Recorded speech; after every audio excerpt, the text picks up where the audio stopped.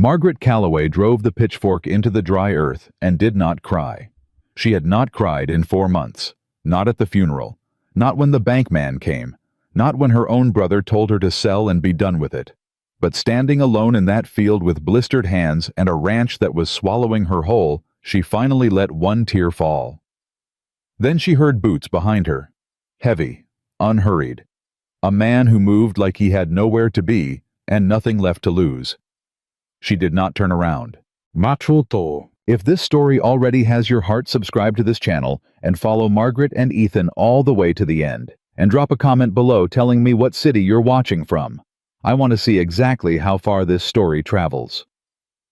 The summer of 1883 came to the Colorado high country like a slow fever, hot, relentless, and without mercy for the weak. Ethan Cole had been riding for 11 days when he crested the ridge above Calloway Valley and saw the ranch below. He almost kept going. He had been almost keeping going for 3 years. Almost stopping in Durango. Almost settling in a little town outside Pueblo. Almost taking that foreman job up in Wyoming before something cold and quiet in his chest told him to move on. A man like Ethan did not stop. Stopping meant putting roots down.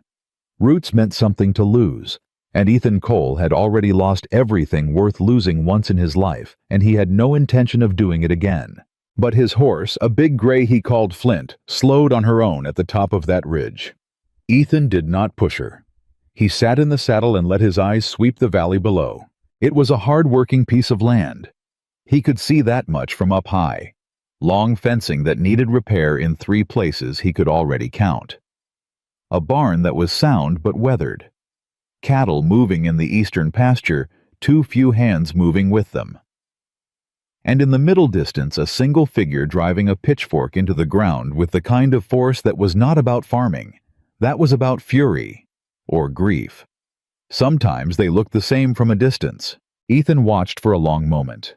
Then he clicked his tongue softly, and Flint started down the ridge. He told himself he was just looking for a meal and maybe a night's rest before pushing north.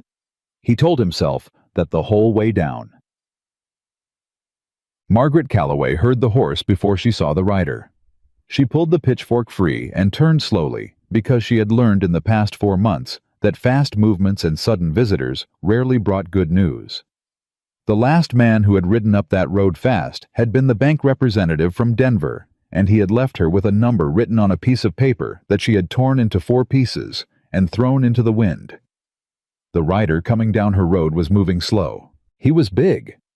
She noticed that first wide through the shoulders, sitting straight in the saddle the way men did when riding was as natural as breathing. His hat was dark and pulled low. His coat was trail-worn but not dirty. A rifle in the scabbard by his left leg. Saddlebags that were full but not overpacked. A man traveling light by choice, not by circumstance. He stopped his horse at the edge of the yard and looked at her from under that hat brim. "Afternoon, ma'am." His voice was low and even. Not warm exactly, but not unkind. "Afternoon," Margaret said. She kept her hands on the pitchfork, not threatening, just present. "I'm looking for work," he said. "Day work, week work, whatever you've got. I'm good with cattle fencing and horses." "Most men who come through here looking for work end up working for Charles Whitmore," Margaret said. "His operation is 3 miles east. Pays better." The man glanced east, then back at her. "I didn't ask about Whitmore's operation." Margaret studied him. His face was weathered in the way that came from years of real outdoor living, not just summers. There was a scar along his jaw old enough to have faded to silver. His eyes were dark gray and steady, and they looked at her the way nobody in this valley had looked at her in 4 months, like she was a person making a decision, not a problem, waiting to be solved by someone else. "You got a name?" she asked. "Ethan Cole." "Where you from, Ethan Cole?" A pause, the briefest kind. "North," he said. Margaret almost smiled at that. North. Like that was an answer. "I'm Margaret Calloway," she said. "This is Calloway Ranch. I've got 3 hands and I need 6. I can pay you $40 a month and meals. The bunkhouse has a spare cot." Ethan Cole looked at the barn, then the fencing, then the cattle in the eastern pasture. She watched him take an inventory of everything that needed doing, and she watched his face stay perfectly still the whole time. "I'll take it," he said. He stepped down from his horse in one clean motion. And that was how it started. She did not tell him right away about her husband. It came out in pieces over the first week, the way truth usually does when people are working too hard to bother with careful storytelling. His name had been Daniel Calloway. He had built this ranch from nothing, 160 acres of raw Colorado mountain land that he had claimed under the Homestead Act 12 years ago, and turned into something real by the strength of his hands and the stubbornness of his spirit. Margaret had come west with him as his bride at 19 years old, and she had worked this land beside him every day of their marriage. Then in February, Daniel had gone up the North Ridge to check the fence line after a heavy snow. He had not come back. They found him 2 days later when the snow cleared. His horse had slipped on ice. It had been fast, the doctor said. He would not have suffered. Margaret had stood at the graveside in the cold and thought, that is a thing people say to make themselves feel better. She had no way of knowing if Daniel suffered or not. She had not been there. She had been down in the warm barn because she trusted him to handle the North Ridge on his own, like she always had, because that was how they worked side by side, when they could be apart, when they had to be always trusting the other to come home. He had not come home, and now she had a ranch she could not manage. Alone, a banknote coming due in 8 months, 3 hands who were loyal but stretched thin, and a valley full of neighbors who smiled at her face and talked behind her back about how long before the widow sells to Whitmore. She did not plan on selling to anyone. She did not plan on losing.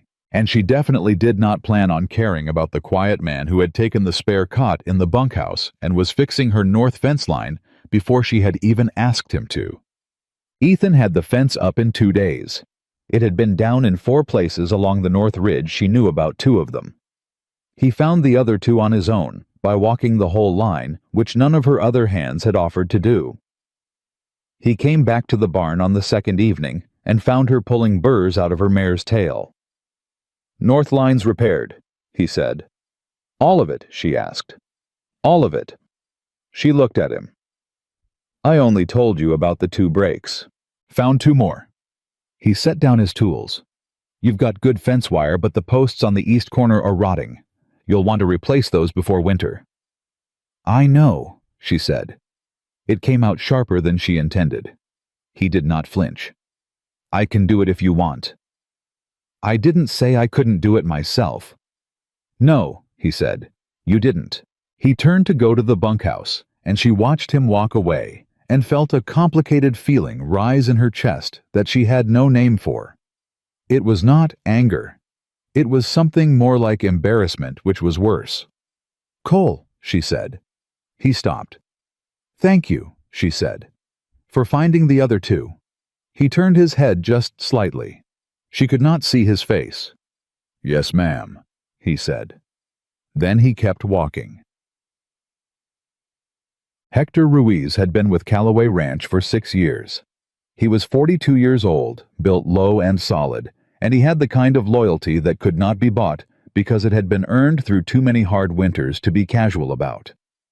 He had watched Margaret Calloway stand at her husband's grave without making a sound, and had decided then and there that he would work this land until someone physically dragged him off it. He was the one who found Ethan pulling the rotting fence posts at 5 in the morning on his 3rd day.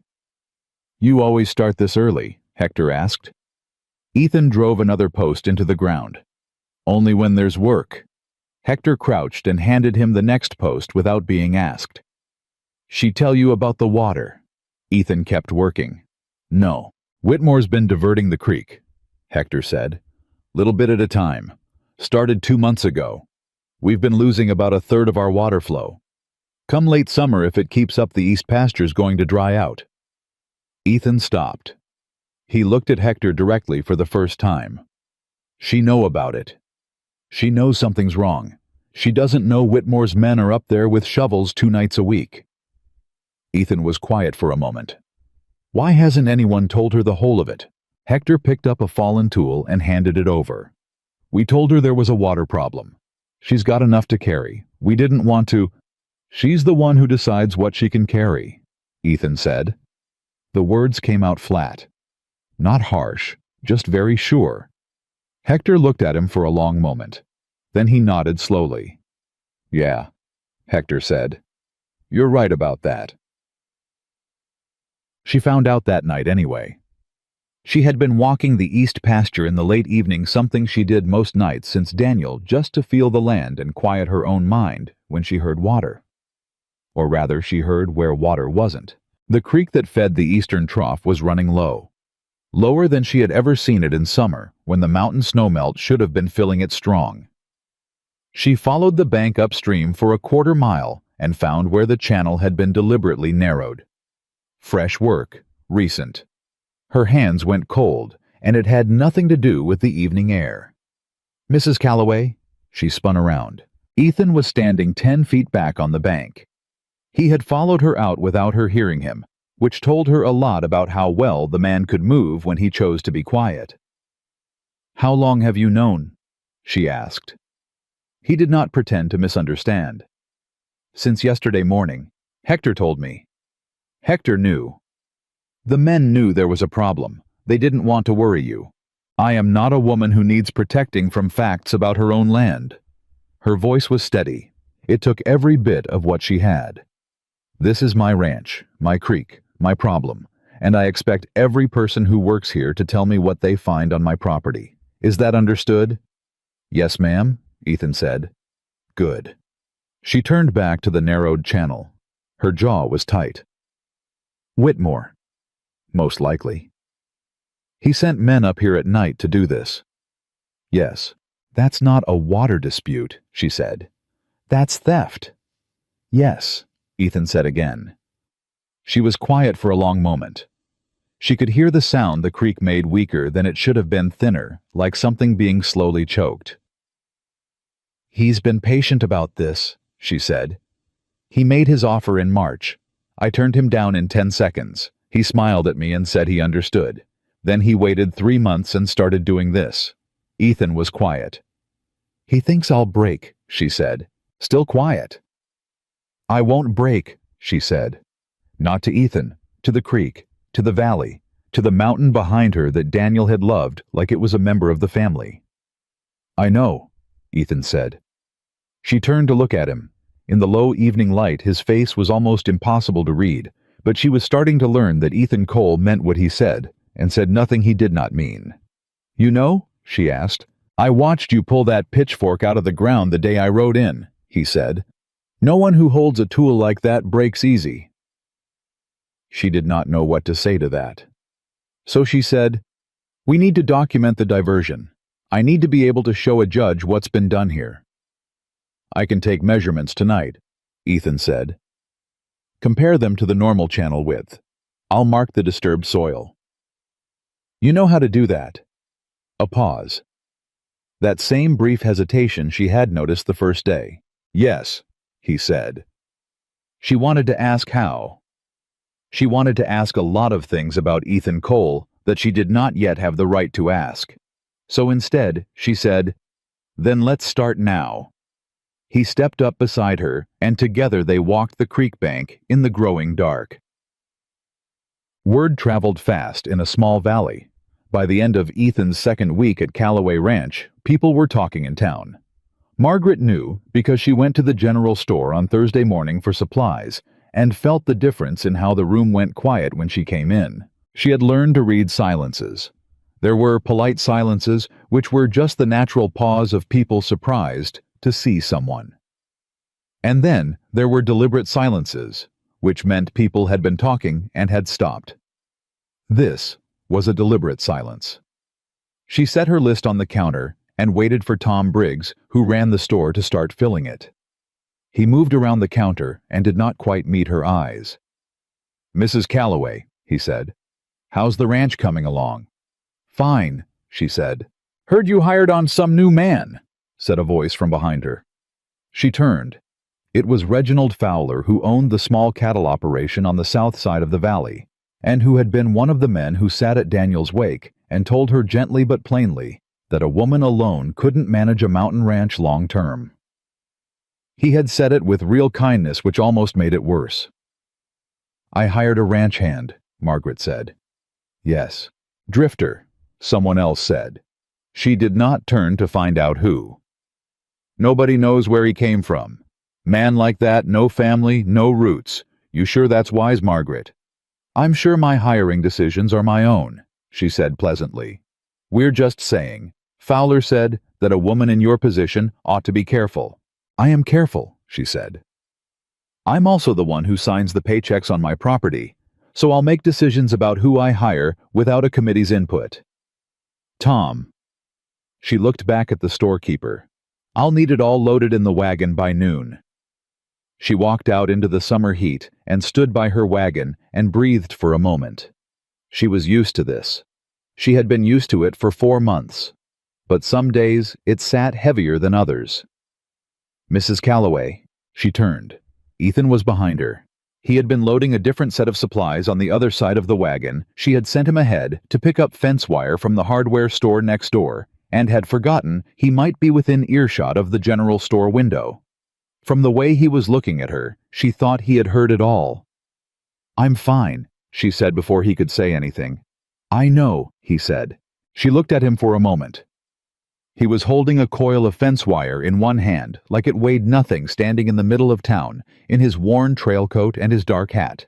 And he was looking at her with that steady gray gaze that did not pity her, and did not give her empty reassurances, and did not tell her she ought to sell. He just looked at her like she was a woman who had made up her mind, and that was the end of it. "Load the wire in the back," she said. "Yes, ma'am," he said. She climbed up to the wagon seat and picked up the reins and told herself that the feeling in her chest was nothing more than gratitude. That was all. Simple gratitude. She was almost convincing. On the 23rd day, Charles Whitmore came to the ranch himself. Margaret saw the dust from his carriage coming up the road from half a mile out, and had enough time to set down what she was doing and straighten her back and decide how she was going to handle this. She was standing in the yard when the carriage stopped. Whitmore was 55 years old, and looked it not in the way of a man who had aged badly, but in the way of a man who had spent those years accumulating things. His clothes were expensive, his carriage was polished. He stepped down onto her dust like it was an inconvenience. "Mrs. Calloway," he said with the warm smile he always used, the one that never quite touched his eyes. "You're looking well." "Mr. Whitmore," she said. "I didn't know you were coming." "Just passing through?" he said, which was a lie, and they both knew it. Nobody passed through Calloway Valley. It wasn't on the way to anywhere. "I wanted to see how you were managing." "Very well," she said. "Glad to hear it." He glanced around the yard, not casually, but with the practiced eye of a man assessing an asset. "Summer's been dry." "It has." "Creek running low, I imagine." "We manage," she said. He smiled again. "Margaret and I hope I can call you Margaret since I knew your husband all those years. I think you're a remarkable woman. Truly. But remarkable women know their limits." He tilted his head. "My offer stands. Stands and increases, actually. I'm prepared to give you enough to buy yourself something smaller, somewhere easier. Start fresh." "I don't want to start fresh," she said. "I want to keep what Daniel built." "Daniel is gone," he said. And there was almost something genuine in his voice when he said it, a flicker of something that might have been respect. "And what Daniel built requires more than one person's will to sustain it." "Then it's a good thing I'm not one person," said a voice.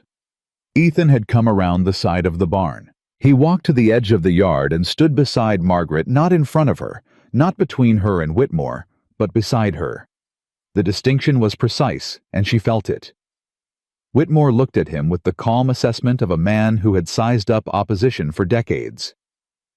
"And you are?" he asked. "Ethan Cole," he said. "Ranch hand." Whitmore looked at Margaret. "I wasn't aware you'd hired additional help."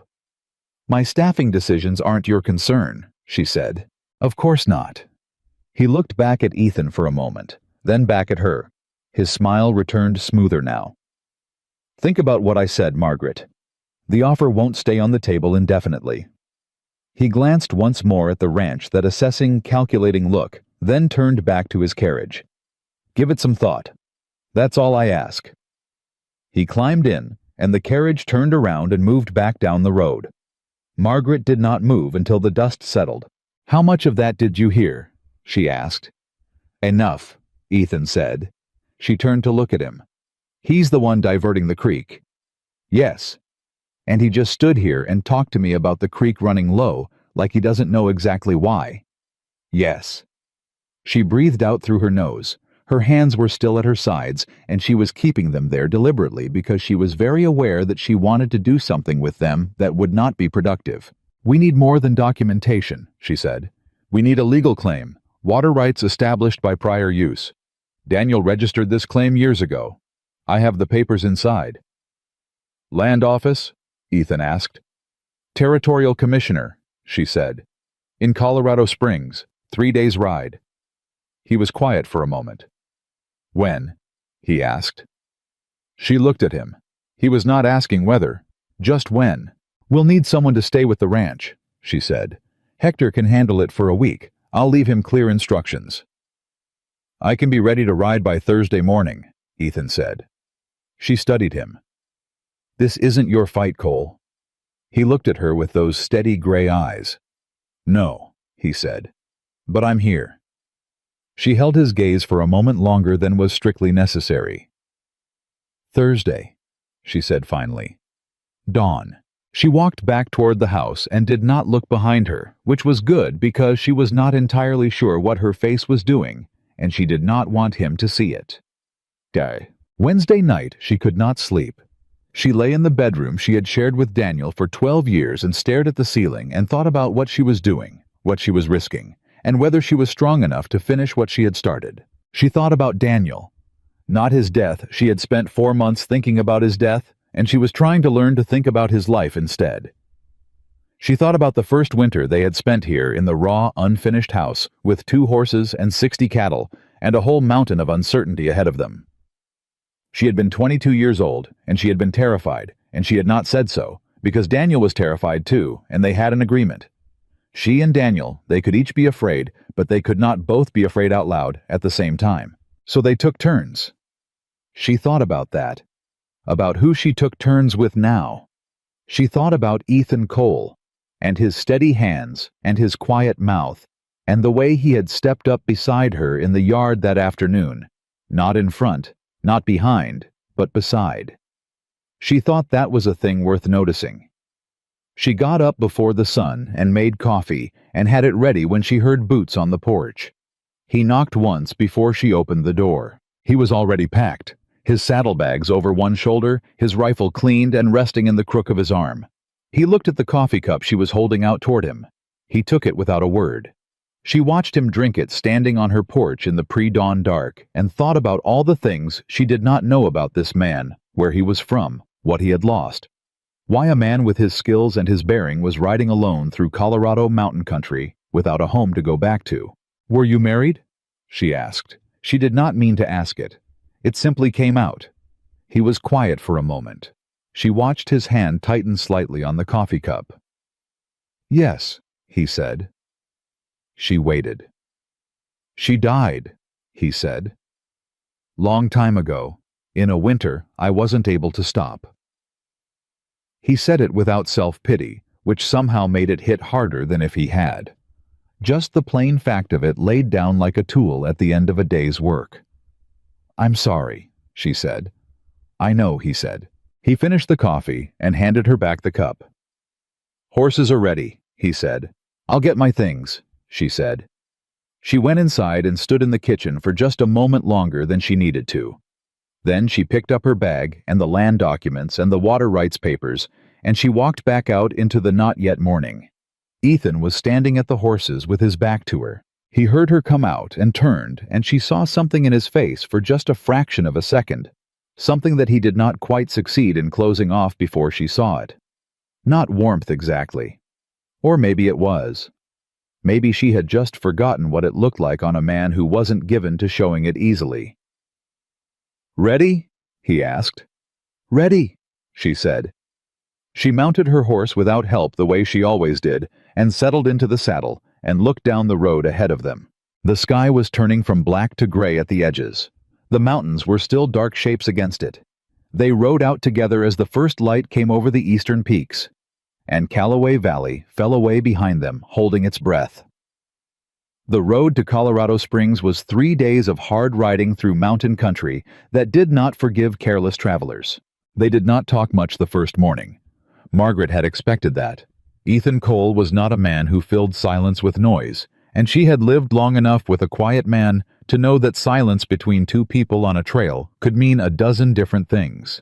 This one felt respectful, like he understood she needed to think, and was not going to interrupt her doing it.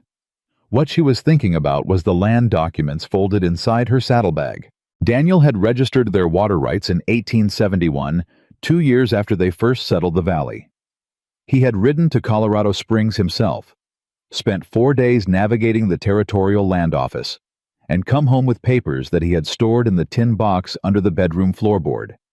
The same tin box where he kept the deed to the property and their marriage certificate, and the letter from his mother that he had read so many times the creases had worn through. She had taken everything out of that box in February, the week after the funeral, sitting cross-legged on the cold floor at 2 a.m, because she could not sleep, and she needed to know exactly what she had and what she was working with. What she had was 160 acres of mountain land, legal and clear. A deed in both their names, which meant it passed to her without dispute.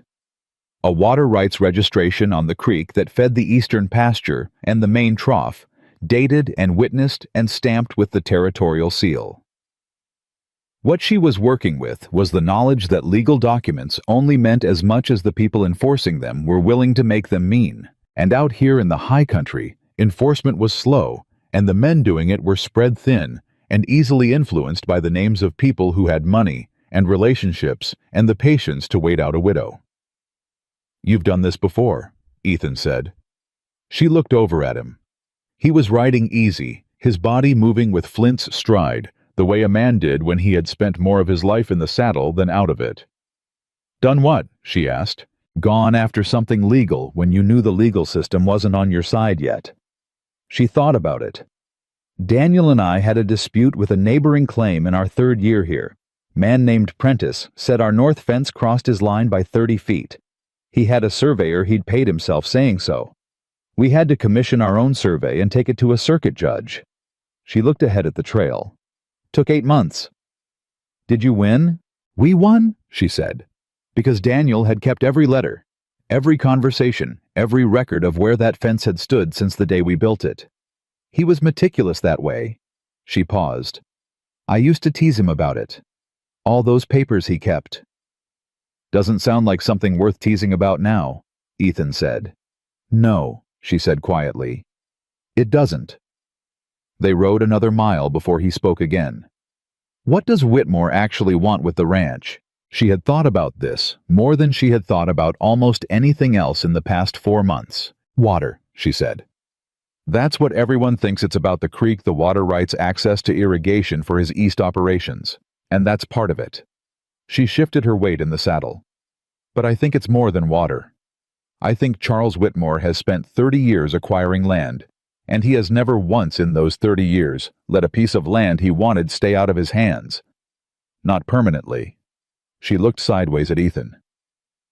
"I think my ranch isn't about the water, or even the acreage. I think it's about the fact that I said no to him. And he is not a man who has learned to live with no." Ethan was quiet for a moment. "That kind of man is more dangerous than the kind who just wants money," he said. "Yes," she said. "I know." He turned his head and looked at her, and something in his face shifted, not softened exactly, but opened slightly like a door that had been shut a long time being cracked an inch. "You're not scared," he said. It wasn't entirely a statement. It had a question underneath it. "I'm terrified," she said. "I'm just not willing to let that be the loudest thing about me." He held her gaze for a moment. Then he turned back to the trail. "All right," he said. And it meant more than the words did. They made camp that first night beside a stand of aspens where a small tributary ran clear and cold off the mountain. Margaret built the fire because she was faster at it than she suspected Ethan would admit, and Ethan unsaddled and watered both horses and came back to the fire with dried beef and hardtack from his own saddlebag that was considerably better than what she had packed. "You planned better for this than I did," she said, looking at the food. "I've been traveling long enough to know what runs out first," he said. She looked at him across the fire. "How long have you been traveling?" He chewed slowly, thought about it in a way that suggested the question had a real answer he was deciding whether to give. 3 years, he said. "Since your wife died." It wasn't a question. He looked at her steadily. "Yes," he said. "What was her name?" Another pause, this one longer. "Clara," he said. "Just her name. Nothing else." But the way he said it, flat and careful like a man stepping on ice he doesn't trust, told Margaret that Clara was a wound that had not closed so much as gone quiet, which was a different thing entirely. "I'm sorry," she said again, the same words as before. "You said that already," he said, not unkindly. "I know," she said. "I meant it both times." Something moved in his face, quick and small like a fish turning in dark water, gone before she could name it. "Get some sleep," he said. "We've got 2 long days ahead." She lay down on her bedroll and looked at the sky through the aspen leaves and thought about a woman named Clara and a man who had been riding for 3 years because standing still hurt too much. She understood that she realized, more than she would have expected to. She was asleep before she finished the thought. The second day was harder. The trail climbed before it descended, and the horses worked for every mile of it, and by midday the summer heat had settled over the high country like a weight. Margaret rode without complaint, which Ethan had already come to expect, and she navigated the switchbacks with the confidence of a woman who had ridden these mountains most of her adult life. It was 2 hours past noon when they came around a bend and nearly rode into 3 men blocking the trail. Margaret pulled her horse up short. Ethan was already stopped between her and the men without having appeared to consciously move there. The 3 men were on horseback. They did not have weapons drawn, but the one in the center had his hand resting on his sidearm in a way that was not accidental. Margaret recognized one of them, Boyd Greer. He worked for Whitmore. She had seen him twice before, once at a cattlemen's meeting in town, once riding the eastern ridge of her property in a way that she had no legal grounds to challenge, but had not liked at all. "Mrs. Calloway," Greer said pleasantly. "Didn't expect to see you on this road." "I imagine not," she said. "Where you headed?" "That's my business," she said. He smiled. He had a smile that worked hard to look friendly, and didn't quite get there. "Long way from home for a woman alone." "She's not alone," Ethan said. Greer looked at him. His eyes moved over Ethan in that practiced way of men who assessed other men for threat level. Whatever he found in Ethan's gray gaze and still posture, it kept his hand from moving any further toward his weapon. "Cole," Greer said, like he already knew the name, which meant Whitmore had been paying attention, which meant they had known she might make this trip. "You ought to turn around," Greer said, looking back at Margaret. "Road gets rough up ahead, dangerous for a woman." "Then I'll be careful," Margaret said. "I'm serious, Mrs. Calloway. Mr. Whitmore wouldn't want to see you come to harm. And yet Mr. Whitmore has been systematically diverting my water supply for 2 months, she said pleasantly. So his concern for my welfare seems somewhat selective. Greer's smile stayed in place, but his jaw tightened. That's a serious accusation. It's a documented fact, she said, which is exactly why I'm on this road. A silence held between them. Mountain wind, horses breathing, the distant sound of a hawk somewhere above. Then Ethan said very quietly, "Move aside." Just that. 2 words. Greer looked at him again. There was something in Ethan's stillness that was not the stillness of a man who was waiting. It was the stillness of a man who had already decided what came next, and was simply giving the other party a chance to make a different choice. Greer made the calculation. She could see it happen in his face. He moved his horse to the side of the trail. The other 2 men followed without a word. Margaret rode forward, and did not look at them as she passed. Ethan rode behind her close and unhurried, and she heard no movement from Greer's men until they were 50 yards clear of the blockade. Then she let herself breathe. "They'll send word to Whitmore," she said. "Already have, most likely," Ethan said. "Someone's been watching the road." She glanced back. The trail was empty. He knew we were coming. He suspected. Now he knows. She looked at Ethan. "Does that change anything?" He thought about it for a beat. "Means we move faster in Colorado Springs. Get to the commissioner before Whitmore can get a message there ahead of us." "Can he do that? Get a message there first?" "He's got money, and he's got riders," Ethan said. "Yes, he can." Her hands tightened on the reins. "Then we don't stop tonight," she said. Ethan looked at the sky, judged the light. "We'll lose an hour by nightfall," he said. "I know. Horses need rest, or they won't be good for the last day." 4 hours, she said. "We rest 4 hours and ride the rest by moonlight." He looked at her for a moment. 4 hours. He agreed. They pushed on. They made Colorado Springs by late morning of the 3rd day, tired and trail-dusted, and running on determination and black coffee that Margaret had heated over a fire at 3 in the morning while Ethan held the horses. The Territorial Land Commissioner's office was on the main street in a building that looked more substantial than most of what surrounded it, a deliberate statement about the authority it represented. Margaret pushed through the door without hesitating. The clerk at the front desk was young. He looked up at her with the particular expression of a young government man who had learned to be cautious with women who came in looking like she did road-worn and absolutely clear-eyed, and not inclined to wait. "I need to speak with Commissioner Hale," she said. "The commissioner is—" "I've ridden 3 days from Callaway Valley," she said. "I have documented evidence of illegal water diversion on registered land, and I have reason to believe that the man responsible has a faster horse than I do, and may have already sent a message to this office. So I would appreciate very much if you would tell the commissioner that Margaret Callaway is here, and that this is a legal emergency." The young man looked at Ethan, who was standing behind her and slightly to the left, and saying nothing. Then he got up and went through the inner door. Margaret stood at the counter. She did not fidget. She did not pace. She waited the way she had learned to wait over 12 years on a mountain ranch, with her whole body still and her mind moving fast. Ethan stood at the window. "There's a rider going out the back," he said quietly.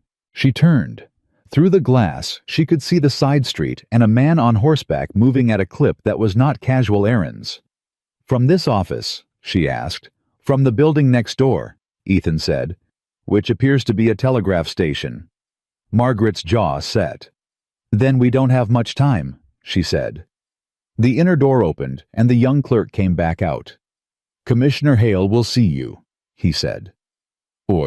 David Hale was 60 years old, a broad, deliberate man who had survived 3 territorial administrations and 2 changes of party control by being the kind of official who listened more than he talked and read more than he signed.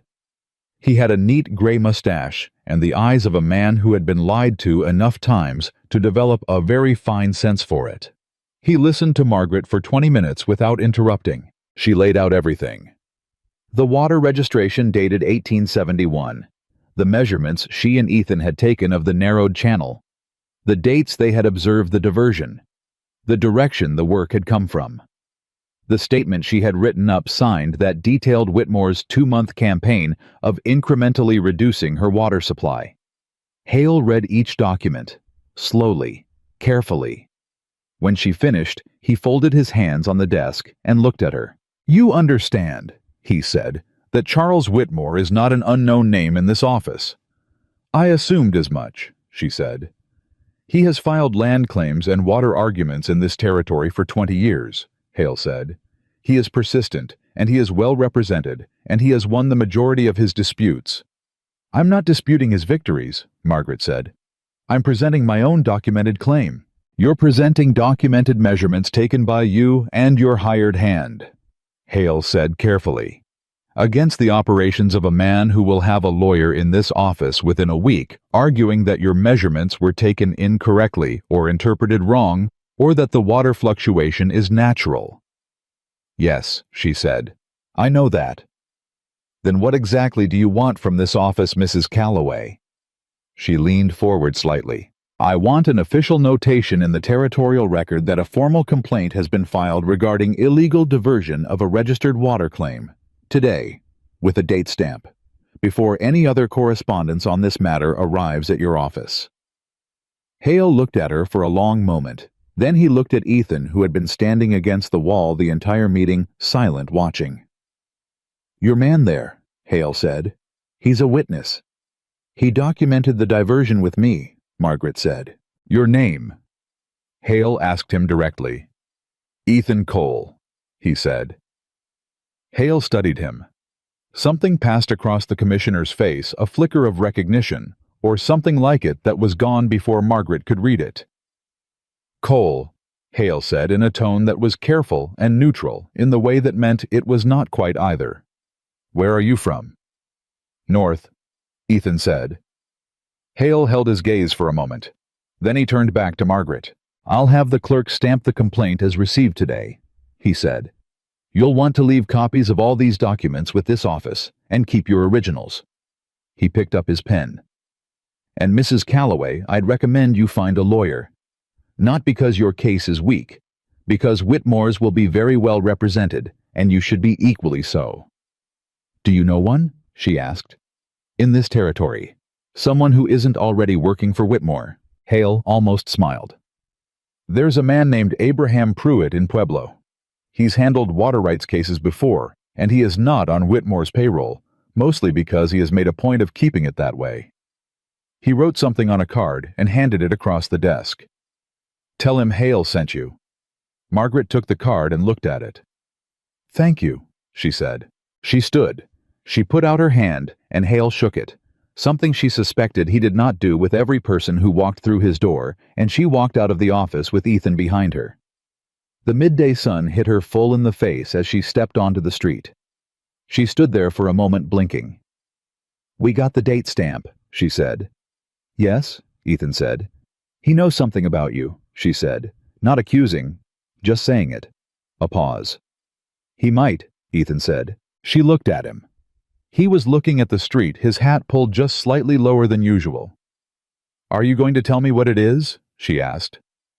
A long silence, the kind she was beginning to recognize as the Ethan Cole version of deciding something. "Not today," he said. She held his gaze for a moment. Then she looked down at the card in her hand. "Pueblo is a day east," she said. "I know," he said. "If we leave now—" "We can make it by tomorrow evening," he said. She looked up at him. "I told Hector a week," she said. "I know. The ranch is—" "Hector can handle it," he said. She looked at the card again. Abraham Pruitt, Pueblo. She thought about going home. She thought about what was waiting for her at home, the creek getting thinner, Whitmore getting more patient, winter coming in 5 months, and a banknote she could not pay if the cattle lost water, and wait. She thought about the rider she had seen leaving the telegraph station. She put the card in her pocket. "We'll need supplies for the road," she said. "I'll handle it," he said. "Give me an hour." She nodded. She watched him walk down the street, and she stood in the sun, and thought about a man who said "not today" when she asked him what someone knew about him, and about whether she had any right to ask more than that, and about what it meant that she kept wanting to. Then she went and found them 2 fresh horses to rent for the Eastern Road, because hers and Ethan's had earned a rest. She was a woman who knew how to keep moving. Pueblo was not Colorado Springs. It was rougher, louder, and smelled of the smelters that had been pulling silver and lead out of the mountains for a decade. Margaret had been there twice before, and neither time had been for pleasant reasons. They rode in late the following evening, tired in the specific way that came from too many miles and too much at stake, and found a boarding house on the main street with a respectable proprietress, who did not raise an eyebrow at a woman and a man arriving together and asking for separate rooms. Margaret appreciated that more than she said. They found Abraham Pruitt the next morning at his office on a side street that was easy to miss if you didn't know to look. He was a small, wiry man in his mid-50s, with ink-stained fingers, and the deeply focused attention of someone who read everything twice before he trusted it. He read Margaret's documents twice. Then he set them down and looked up. "Charles Whitmore," he said. "Yes," she said. "I know Whitmore," Pruitt said. He said it the way you'd say you knew a thunderstorm was coming. Not personal, just accurate and full of information. "And I know what he does with water rights. He has been doing a version of this same thing to smaller landowners in this territory for 15 years. Slow diversion, incremental, always with a plausible explanation ready. Natural variation, he says. Seasonal fluctuation, he says." Pruitt tapped the measurement documents. "But you've got something most of them didn't have." "What's that?" Margaret asked. "You've got a date stamp from Hale's office that predates anything Whitmore can file." He looked at her directly. "How did you get in to see Hale?" "I asked," she said. Pruitt looked at her for a moment, with a slight expression that might have been the beginning of a smile. "Most people who try to see Hale get told he's in meetings until next month." "I was specific about the urgency," she said. Pruitt looked at Ethan, who was seated in the corner chair and had been quiet since they arrived, observing with that stillness of his.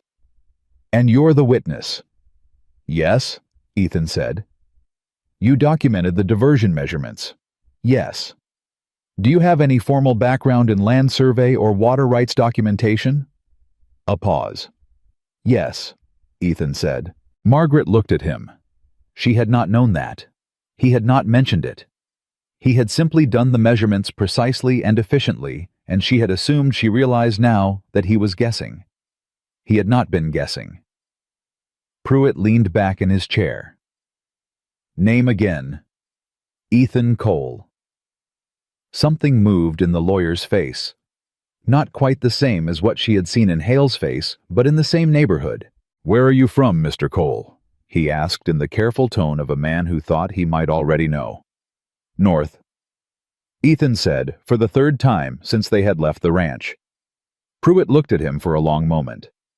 Then he opened his desk drawer and placed a newspaper on the surface folded open to a page. He slid it across the desk without comment. Ethan did not pick it up, but his gaze dropped to it. Margaret reached over and turned it so she could read the headline. "Former Territorial Land Agent Ethan Cole disappears following tragedy at Cole Ridge Ranch," she read. "Whereabouts unknown." The date on the paper was 3 years old. The room was very quiet. She looked up at him. His face had gone the still careful blank of a man who had just had a door broken open that he had kept shut for a very long time. "Cole Ridge Ranch," she said. He said nothing. "You weren't just a cowboy," she said. He said nothing. "You worked for the Territorial Land Office." She looked at the paper again. "You were an agent." "I was," he said. Past tense. Quiet as a closing door. "What happened?" she asked. A long silence. The longest one yet. "Clara got sick in the winter," he said. "I was in the field. Land dispute 2 counties over. By the time I got back—" He stopped. He looked at the far wall. "The ranch foreman had tried to get word to me. The message didn't reach me in time. When I got home, she'd been gone for 3 days." The room held that. Margaret did not say she was sorry again. She had said it twice. She thought he knew. "I resigned," Ethan said. "The week after the funeral. Sold the ranch. Started writing." 3 years, she said. 3 years. She looked at Pruitt, who had been silent through all of this, with the discretion of a man who understood that some information needed to land before anyone could move around it. "Does his background change anything for the case?" she asked. "It changes everything," Pruitt said. "A former Territorial Land Agent who personally documented the diversion is not a hired hand, giving vague testimony. He's an expert witness." He looked at Ethan.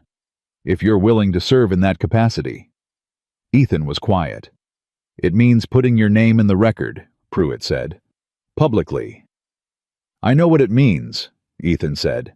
"It means Whitmore's lawyers will investigate you. They'll pull everything about Coal Ridge Ranch and put it in front of a judge if they think it weakens your credibility." "I know," Ethan said. "Is there anything in that history that does weaken your credibility?" A pause. "I left my post," Ethan said. "Mid-case. There were people counting on me and I walked away." "Why?" Pruitt asked. "Because I couldn't—" He stopped. He looked at his hands for a moment. "Because I was not in any condition to serve anyone. And I knew it." Pruitt studied him. "Did anyone suffer because you left?" "The case I was working was resolved by my successor," Ethan said. "The landowners got their claim upheld." A beat. "I followed it from a distance. Then you left for legitimate reasons and the work was completed," Pruitt said.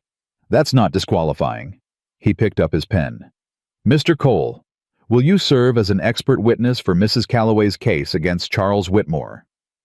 The question settled in the room. Margaret looked at Ethan. He was looking at the newspaper on the desk, at his own name in old ink. She thought about what it cost a man to come back into the world after 3 years of being nobody, to put his name back on a record, to stand in front of a judge and be Ethan Cole again, not the drifter on the mountain road, not the quiet man in the bunkhouse, but the man who had trained for this and walked away from it and was being asked to come back. She did not reach for him, did not touch him, did not say anything. But she looked at him in a way that she hoped if he looked back would tell him that whatever he decided, she was not going to think less of him for it. He looked back. He held her gaze. Then he looked at Pruitt. "Yes," he said, "just that. But it was the kind of yes that cost something real." Pruitt started writing immediately. Margaret turned to the window and let herself breathe. Outside, the street was loud and ordinary and had no idea that anything had just changed. But something had. She could feel it. Ethan Cole had picked something up off the floor that he had been walking around for 3 years, and she did not yet know what that meant for her, or for the ranch, or for the way he looked at her over a fire in the mountains at night. But she knew it mattered. She knew it all the way down. They rode back toward Calloway Valley with Abraham Pruitt's letters in Margaret's saddlebag, and Ethan Cole's name back in the world, whether he was ready for it or not. The first day of the return ride was quiet in a different way than the first day out had been. The silence on the way to Colorado Springs had been the silence of 2 people who were still figuring out what they were to each other. The silence on the way back was the silence of 2 people who now knew something real and were not sure what to do with it. Margaret did not push him. She had learned enough about Ethan Cole in the past week to know that pushing him towards something he wasn't ready to say was like pushing against a mountain. The mountain did not move. You just wore yourself out. So she rode, and she thought, and she let the miles pass. It was Ethan who broke the silence late in the afternoon of the first day back when they stopped to water the horses at a creek crossing. "You have questions," he said. "I have about 40 of them," she said honestly. He crouched at the creek bank, didn't look at her. "Ask." She thought about which one mattered most. "When you worked for the land office," she said, "what did you actually do?" He was quiet for a moment. "Investigated disputed claims, water rights boundary disputes, fraud. There was a lot of fraud in those years. Men filing claims on land they'd never set foot on. Men diverting water they had no legal right to touch. Men paying surveyors to draw lines where lines didn't belong." He cupped water in his hands. "My job was to go out, document what was actually happening on the ground and bring evidence back that a court could use." "How long did you do it?" 6 years. "And you were good at it." He looked at the water moving over his hands. "Yes." "What made you stop?" "Before Clara died, I mean. Did you ever think about stopping?" A pause that told her the answer before he gave it. "Clara wanted me to," he said. "She said the work took me away too much. She was right." He stood up. "I told her 1 more year. I always told her 1 more year." He didn't finish that. He didn't need to. Margaret looked at the creek. Clean and full and nothing like the one running thin on her eastern pasture 2 days' ride from here. "She would have been proud of what you did in Pruitt's office," Margaret said. He turned and looked at her sharply. It was the most unguarded reaction she had seen from him, a flash of something raw that he shut down almost immediately. But she had seen it. "You don't know that," he said. "No," she said. "But I know what it cost you to say yes, and I can't believe a woman who loved you would have wanted you to keep paying that price forever." He was very still. Then he went to his horse and checked the saddle cinch, which it did not need. "We should keep moving," he said. She mounted without a word, but she carried that flash of rawness in his face with her for the rest of the day, tucked away carefully the way you carry something fragile across rough ground. They were a half day from the valley when Hector found them on the road. She saw him coming from a distance and knew before she could read his face that something was wrong, because Hector did not ride like that flat out, pushing his horse hard, unless wrong was the only word that covered it. She kicked her horse forward to meet him. He pulled up beside her, breathing almost as hard as his horse.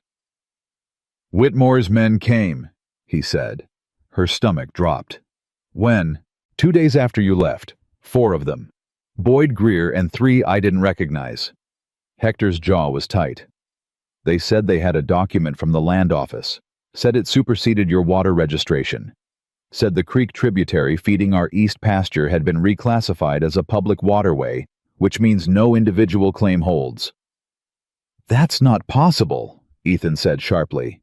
"A registered water claim can't be reclassified without a formal hearing and a 30-day notice to the claim holder." Hector looked at him. "I know that.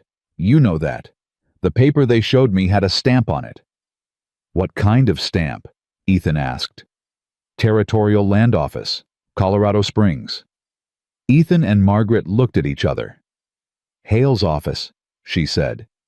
"Someone got to Hale," Ethan said.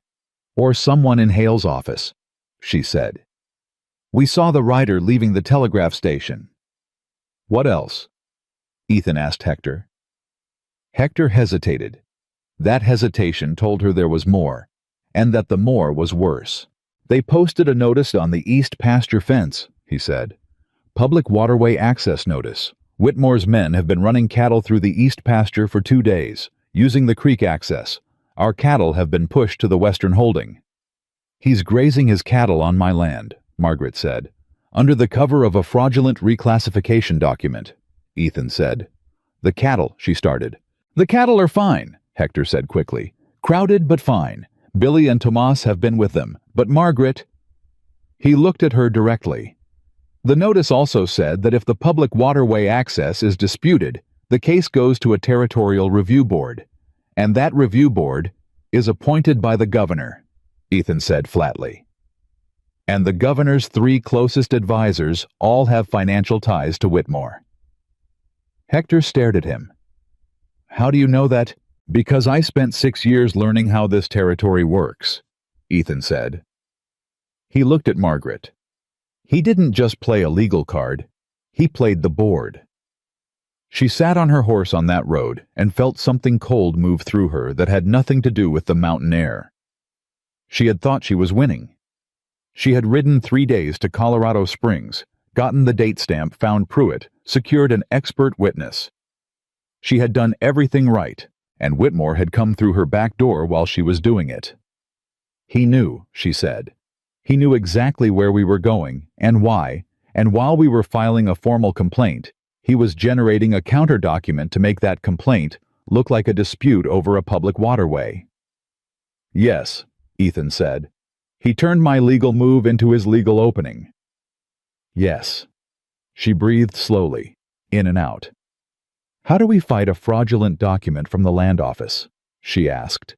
"We prove it's fraudulent," Ethan said. "The reclassification of a registered water claim without formal notice is a procedural violation. It doesn't matter what the stamp says. If the procedure wasn't followed, the document isn't valid." "Can we prove that?" "We already have proof," he said. "Our date stamp from Hale's office is dated before this reclassification notice. If Hale's office issued a reclassification the day after we filed our complaint, without the required 30-day notice to you as the registered claim holder, that's not just irregular. That's corruption." The word landed like a stone. "You're saying someone in Hale's office issued a fraudulent document," she said. "I'm saying someone in Hale's office issued a document that cannot be legally valid under territorial procedure," he said carefully. "Whether it's fraud or error, the effect is the same, and Pruitt needs to know about it today."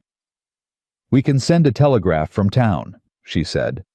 "We need to move fast," he said, "before Whitmore files the reclassification with the review board. Once it's formally in front of the review board, the timeline changes." She looked at Hector. "Get back to the ranch. Tell Billy and Tomas to hold position on the west pasture. Don't move the cattle. Don't engage with Whitmore's men. Don't give them any reason to escalate." "And if they push?" Hector asked. "Then they push," she said. "And we document every minute of it." Hector turned his horse without another word and rode hard back toward the valley. Margaret looked at Ethan. "Town first," she said. "Town first." He agreed. They rode. The telegraph to Pruitt cost her 40 cents and took 11 words to explain everything she needed him to know. Ethan wrote it. He had a particular gift, she was learning, for compressing large and complicated things into very few words. Fraudulent reclassification issued day after our filing. Procedural violation. Whitmore grazing on Callaway land. Need injunction. Come immediately. Pruitt's reply came in 4 hours. On my way. Do not move cattle. Do not speak to Whitmore or his men. Document everything. Arriving Thursday. It was Monday. 3 days. She walked out of the telegraph office and stood in the main street of town and thought about 3 days and everything that could happen to a ranch in 3 days. He's going to keep pushing the cattle west, she said. Yes, Ethan said. If they reach the West Creek tributary before Thursday, they won't, he said. She looked at him. You don't know that.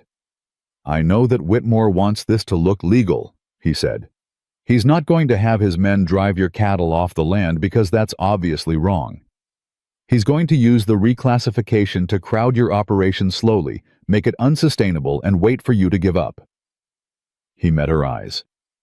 Which means we have 3 days, and he's going to use them the same way we are. Carefully. You know how he thinks, she said. I know how men like him think, he said. I spent 6 years on the other side of men like him. She looked at him for a moment, at the lines of his face that were tired from a week of hard riding and carrying something he'd put down and picked up again. Why did you really stop at my ranch? She asked. He looked back at her. I told you. My horse slowed down. Ethan. He held her gaze for a long moment, because it looked like a place that was fighting to stay alive, he said. And I hadn't seen anything worth fighting for in a long time. I thought... He stopped. I thought maybe being near something like that would remind me what it felt like. The street was loud around them. Horses and wagons and voices, and the ordinary noise of a Colorado mountain town going about its business. She said, Has it? He looked at her with those gray eyes that had gone from unreadable to something she was starting to be able to read just barely, just at the edges. Yes, he said. She nodded once. Then let's go protect it, she said. The next 2 days were the hardest of any she could remember since February. Whitmore's men were on the east pasture every morning when she came out.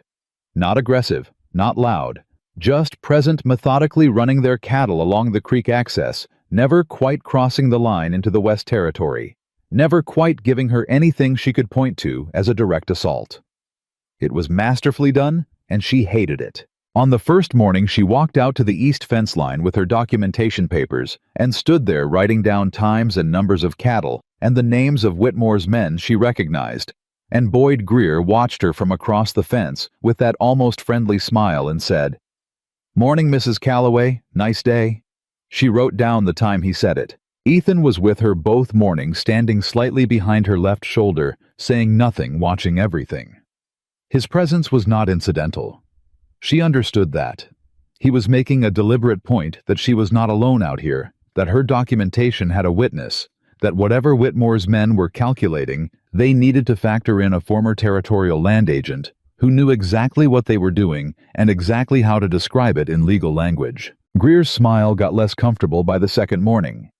On the afternoon of the second day, Billy, her youngest hand, 19 years old and burning with the particular indignation of someone who had not yet learned to control his own anger, came to find her at the barn.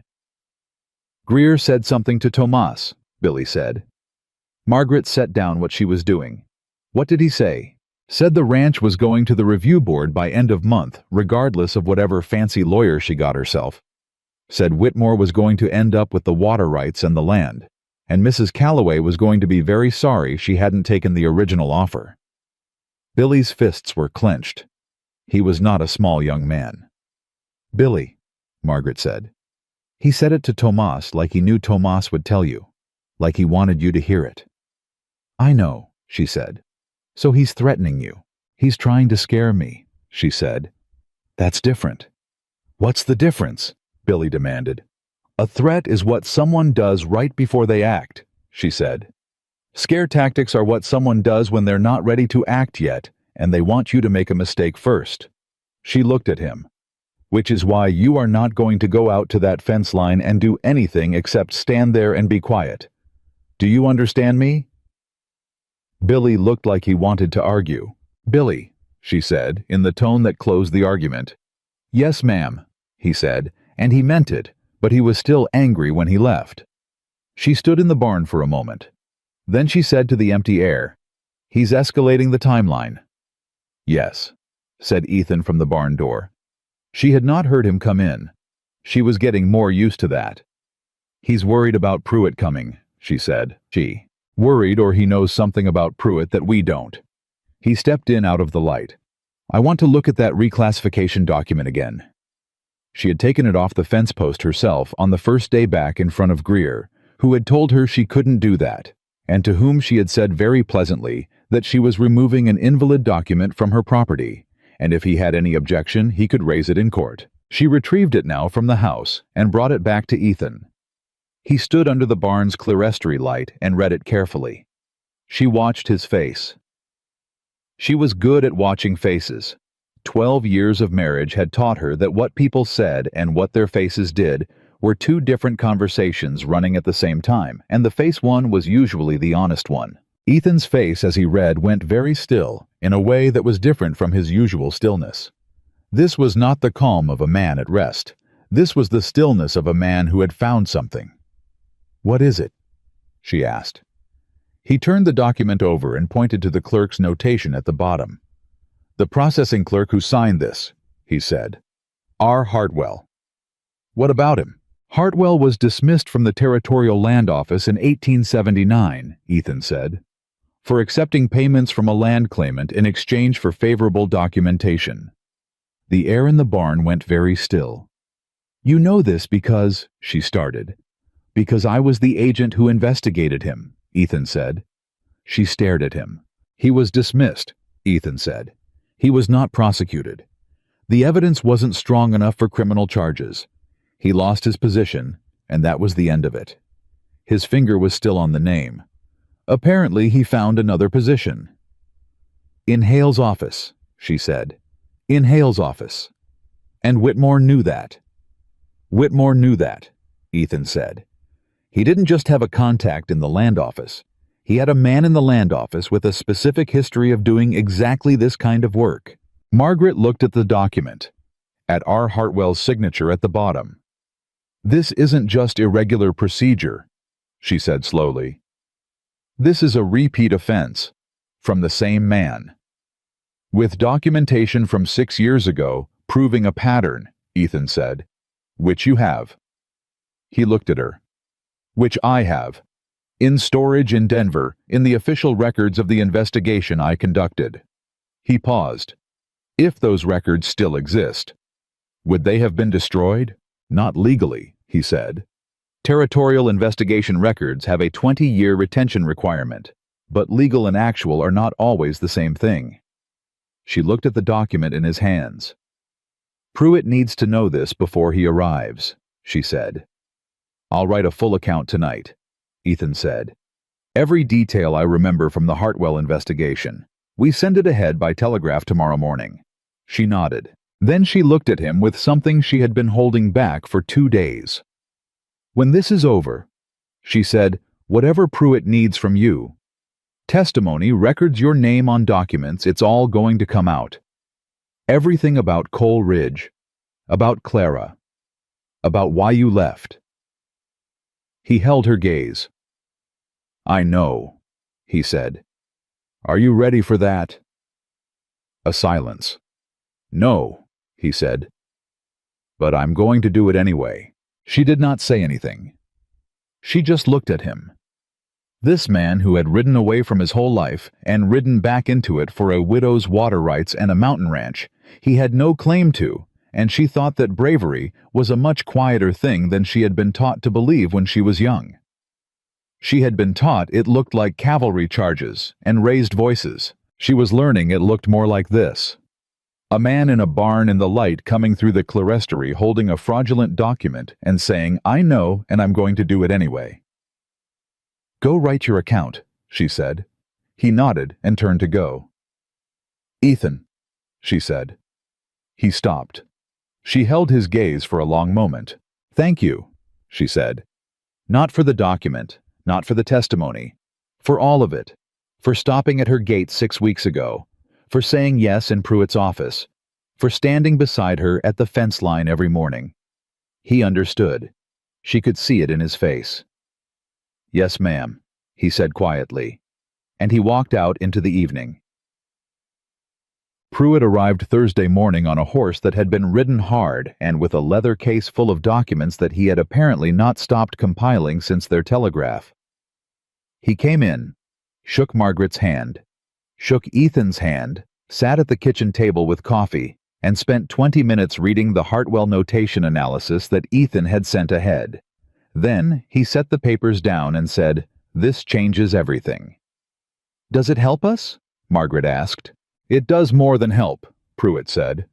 "A fraudulent reclassification document signed by a man with a prior documented history of accepting payments for favorable documentation is not a procedural error. That's criminal conspiracy." He looked at Ethan. "And you have the original investigation records?" "In Denver," Ethan said. "I sent a telegraph to the records office this morning, requesting certified copies." "How long?" 1 week minimum, possibly 2. "We may not have 2 weeks, Pruitt said. "Whitmore's lawyers will try to file the reclassification with the review board as soon as possible. Once it's before the board, the burden of proof shifts." "Then we need an emergency injunction," Ethan said, "to halt any board proceedings until the Hartwell records arrive." Pruitt looked at him. "You know your injunction law." "I know enough," Ethan said. Pruitt looked at Margaret, then back at Ethan. Then he turned to the window in a way that meant he was thinking hard and fast. "Circuit Judge," he said. "Judge Aldrin is riding the Southwest Circuit. He's due in Walton Springs in—" He checked something in his case 4 days. "Walton Springs is a day's ride south," Margaret said. "If I can get in front of Aldrin before Whitmore's lawyers do and present the Hartwell documentation—" "Aldrin's honest?" Ethan asked. Pruitt looked at him.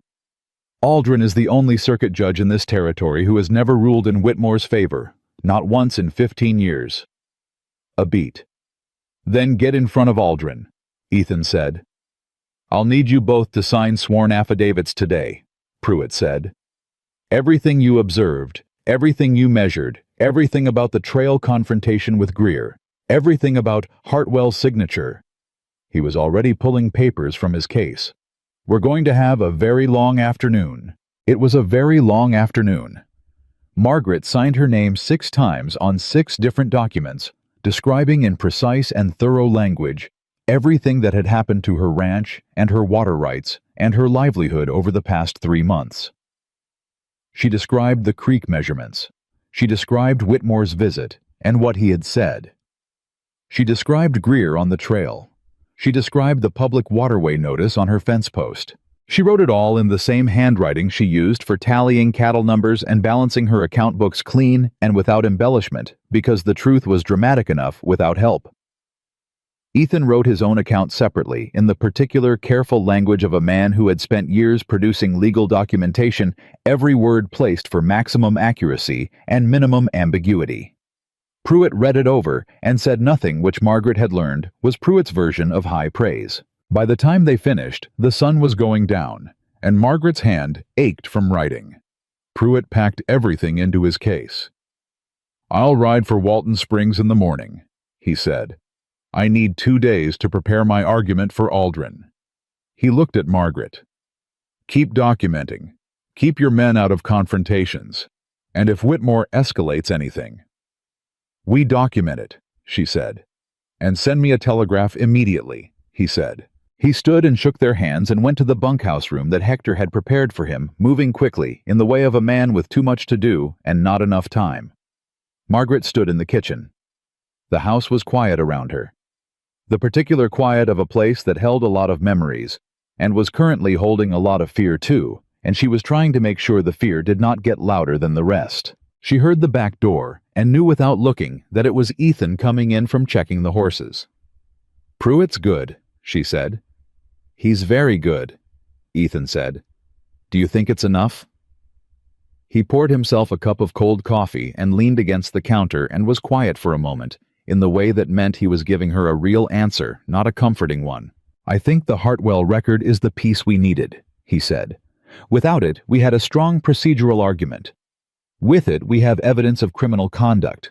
That's a different kind of case." "But," she said, because she could hear the but. "But Whitmore has spent 30 years building relationships in this territory," he said. "Judges, commissioners, governors. He's lost cases before and come back. He has more patience than most people can sustain." He looked at her steadily. "Winning this round won't end it. It'll slow him down. It'll set a legal precedent. But a man like Whitmore looks for the next opening." She held his gaze. "Then we make sure there isn't one," she said. He looked at her for a long moment. "You're going to fight him indefinitely," he said. "I'm going to protect what Daniel built," she said, "for as long as it takes." Something moved in his face. That same thing she kept catching and not quite being able to name. Like a light in a window seen from a distance, she knew it was there, she just couldn't make out the room it was coming from. "You said something to me once," he said. She waited. "You said you weren't one person. When Whitmore came to the yard." "I remember," she said. He set down his coffee cup. "You were talking about your ranch hands," he said. "Hector and Billy and Tomas." "Yes," she said carefully. He looked at her. "But the thing is," he said, his voice very quiet, "I don't think that's all you meant." The kitchen held that. Margaret's heart was doing something she was going to pretend for the moment was not happening. "Ethan," she started. The back door opened. Hector, moving fast, not knocking, which meant something was wrong. "East fence," he said. "Whitmore's men just cut it." Everything else dropped away. "Where?" she said. "3 sections, south end of the east pasture. And Margaret—" His voice was different now, tighter. "They're bringing a herd through, not cattle, horses, a lot of them." Ethan was already moving past her toward the door. "How many men with them?" he asked Hector. "I counted 8, Hector said. "Armed?" "Yes." She grabbed her coat off the hook by the door. "Get Pruitt," she said. "Get him up and get him out to the east fence now. I want a lawyer watching every second of this." She looked at Ethan. "Don't engage them. No weapons. We watch. We document." "And if they push past the fence line into the west pasture?" Hector asked. She looked at him.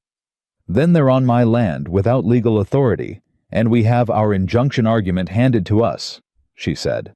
"Let them come." She walked out into the dark Colorado night with her jaw set and her hands steady, and her heart somewhere between terrified and absolutely certain, which was a feeling she was beginning to recognize as her most natural state. Behind her, Ethan matched her stride without being asked. And in the dark and the high mountain summer, Callaway Ranch held its breath for what was coming. The east fence was down in 3 clean sections, cut with wire cutters not broken by accident or weather. Margaret saw that immediately when they got there.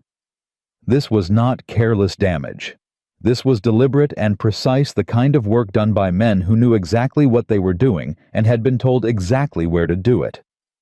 Whitmore's horses were already coming through. 8 men on horseback moving a remuda of maybe 40 horses through the gap in her fence line across her land toward the creek that ran along the eastern boundary of her west pasture. The horses were not stampeding. They were being driven calmly, professionally by men who rode like they did this every day and expected no resistance. That calm was the most frightening thing about it. Margaret stood at the fence line with Ethan on her left and Hector on her right, and Pruitt 3 steps behind them, still pulling on his coat, and she watched Charles Whitmore's operation move through her property with the unhurried confidence of people who believed the law was already on their side. Boyd Greer rode up to the gap and stopped. "Mrs. Calloway," he said, "you shouldn't be out here this late." "This is my land," she said. "I'll be out here whenever I choose." "Public waterway access," Greer said. He pulled a folded document from his coat and held it up, not handing it to her, just displaying it. "We have the right to move stock through to the creek." "That document is fraudulent," Pruitt said from behind her. He stepped forward, and in the darkness his voice carried the particular authority of a man who had been woken up for exactly this situation and was not remotely intimidated by it. "Abraham Pruitt, attorney for Mrs. Calloway. The reclassification you're relying on was processed by a clerk named R. Hartwell, who was dismissed from the Territorial Land Office in 1879 for accepting payments in exchange for favorable documentation. We have the original investigation records." Greer's horse shifted under him. "I don't know anything about that," Greer said. "I have a document with a territorial stamp." "You have a fraudulent document with a territorial stamp," Pruitt said. "And every man here who is acting on it is participating in what may constitute criminal trespass and conspiracy to defraud a registered landowner." He looked at the men moving horses through the gap, then back at Greer. "I would strongly advise you to stop your operation right now and remove your animals from this property, because I am writing down the names of every man I can identify, and the number of animals currently on Mrs. Calloway's land. And I will be presenting all of that to Circuit Judge Aldrin in Walton Springs in 3 days." Silence. The kind that had weight in it. One of the other riders, a man Margaret didn't recognize, older, with the bearing of someone who made decisions rather than took orders, walked his horse up beside Greer and looked down at Pruitt. "You got a name?" he said. "Abraham Pruitt," Pruitt said. "Pueblo. I've been practicing water rights law in this territory for 22 years, and you are." The man looked at him for a long moment. Then he looked at Margaret. Then he looked at Ethan, and whatever he saw in Ethan's face and posture made something shift in his expression. He turned his horse and rode back into the remuda. Margaret heard him say something low to the other riders. She couldn't make out the words, but within 2 minutes the horses were being turned. Not hurried, not chaotic, just turned, redirected, moved back through the gap in the fence with the same professional calm they'd come through with. Greer looked at Margaret. "This isn't finished," he said. "No," she agreed. "It isn't." He turned his horse and followed his men back through the gap. Margaret stood at the broken fence line until the last sound of hooves faded. Then she turned to Pruitt. "That bought us time," she said. "Not much." "Enough," Pruitt said. He was already writing in the small notebook he'd had the presence of mind to bring out with him. "They'll report back to Whitmore tonight. He'll push his lawyers to file with the review board first thing tomorrow." He looked up. "I need to ride for Walton Springs at first light. Not day after tomorrow. Tomorrow." "Will Aldrin be there?" Ethan asked. "He should be arriving tomorrow evening," Pruitt said. "If I ride hard, I can get there before his lawyers do." He paused. "If they know Aldrin is my target, and they will know because Whitmore knows this territory as well as I do, they'll try to intercept the filing." "Can they?" Margaret asked. "They can try to have a counter-filing ready before I arrive," Pruitt said, "which means I need to be faster." Margaret looked at the broken fence line. Her fence, cut clean. "What do you need from us tonight?" she asked. "I need your sworn statement about what happened here," Pruitt said. "Time what you observed, What Greer said. What I said, the number of animals, the names of any men you recognized. Written, signed, dated. He paused. I need it in an hour. You'll have it in 45 minutes, she said. She turned to Hector. Get the fence repaired as much as you can tonight. I want documentation of the cut wire, don't throw it away. Keep the sections that were cut. Hector nodded and moved without another word. She turned to Ethan. I need paper and lamp. Kitchen table, he said, and they walked back to the house together in the dark. 10. She wrote the statement at the kitchen table with Ethan standing at the window, watching the east pasture, and Pruitt sitting across from her reviewing his own notes.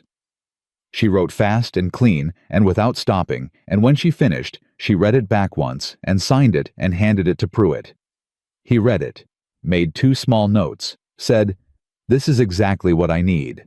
Then he stood and shook her hand and shook Ethan's hand and said, I'll send word from Walton Springs the moment I have something from Aldrin. He was packed and gone within 20 minutes. They heard his horse leave at a gallop in the dark. Margaret stood in the kitchen. The house was quiet again. She realized her hands were shaking slightly, and she pressed them flat against the table surface and breathed until they stopped. You did well tonight, Ethan said. She looked up at him. He was still at the window, but he had turned to look at her. I did what needed doing, she said. That's what doing well looks like, he said. She looked down at the table, at the lamp, at the grain of the wood Daniel had planned smooth 12 years ago. He's going to come back harder, she said. Whitmore. Whatever we do in Walton Springs, he's going to find another way. Yes, Ethan said. I need you to be honest with me, she said. Not reassuring, honest. He came away from the window and sat down across from her, which surprised her slightly. Ethan Cole did not often sit at her kitchen table. He used the bunkhouse. He used the barn. He stood in doorways and windows. Sitting across from her in lamplight was different. Honestly, he said, I think Pruitt gets the injunction.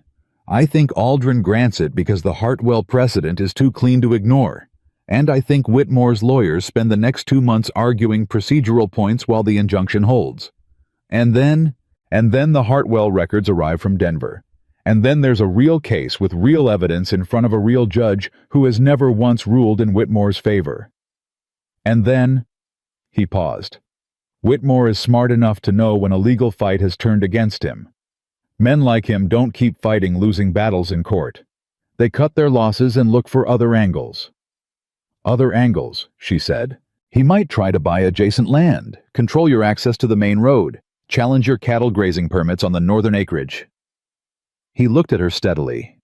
He doesn't stop. I told you that. But he adjusts. And every adjustment he makes will be a smaller attack than the last one because each time he loses ground in the record. She thought about that. About years of small adjustments. About fighting this man by inches for the rest of her working life. That's a long way to live, she said. Yes, he said, but you'd be living it on your land. She looked at him across the lamp's light. You said something earlier tonight, she said, before Hector came in. He was still. You said you didn't think I was only talking about the ranch hands, she said. When I said I wasn't one person. He held her gaze and said nothing. Were you right? She asked. A long silence. The lamp made small sounds. Outside, she could hear Hector and Billy working on the fence in the dark, the sound of posts and wire, and men who were loyal to this place without being asked to explain why. I think so, he said, but I don't know if I have the right to be right about that. Why not? She asked. He looked at the table. Because I'm a man who walked away from everything once, left people counting on me, left a case half finished, left... He stopped. Clara always said I had one foot out the door even when I was standing still, said it like it was a thing she'd learned to live with. His jaw was tight. I don't want to be that man to someone else. She looked at him for a long time. You've had one foot out the door since the day you arrived, she said. I know that. Your saddlebag is still packed. He looked up sharply. I noticed, she said simply. 3 weeks ago. It's always ready to go, like you never fully unpacked." He said nothing. "Ethan." She waited until he met her eyes. "You have been fighting for this ranch for 3 weeks like it belongs to you. You have ridden 6 days across mountain country, put your name on legal documents, volunteered to testify, and stood at my fence line in the dark. That is not a man with 1 foot out the door." "What is it then?" he asked. Quiet, like he genuinely did not know. "That," she said, "is a man who forgot how to stop running, and is running out of reasons to keep going." The kitchen held that. He looked at her with something in his face that she had no word for, not yet, except that it was the most unguarded she had ever seen him, more than the moment in Pruitt's office, more than when she had said Clara's name by the fire, more than any of it. "Margaret," he said. She waited. "I don't know how to do this right," he said. "I don't know if I—" He stopped. Tried again. "I'm not the man I was 6 years ago. I don't know if what's left is enough." "Enough for what?" she asked. He looked at her directly. "Enough for you." The lamp between them. The dark outside. The sound of fence work and night wind. She said, "I'm not asking you for anything you don't have. I'm telling you what I see. What you do with that is yours to decide." He sat with that for a long moment. Then he said, "The saddlebag." "What about it?" "I'll unpack it," he said. "Tomorrow morning." It was not a declaration. It was not a promise wrapped in poetry.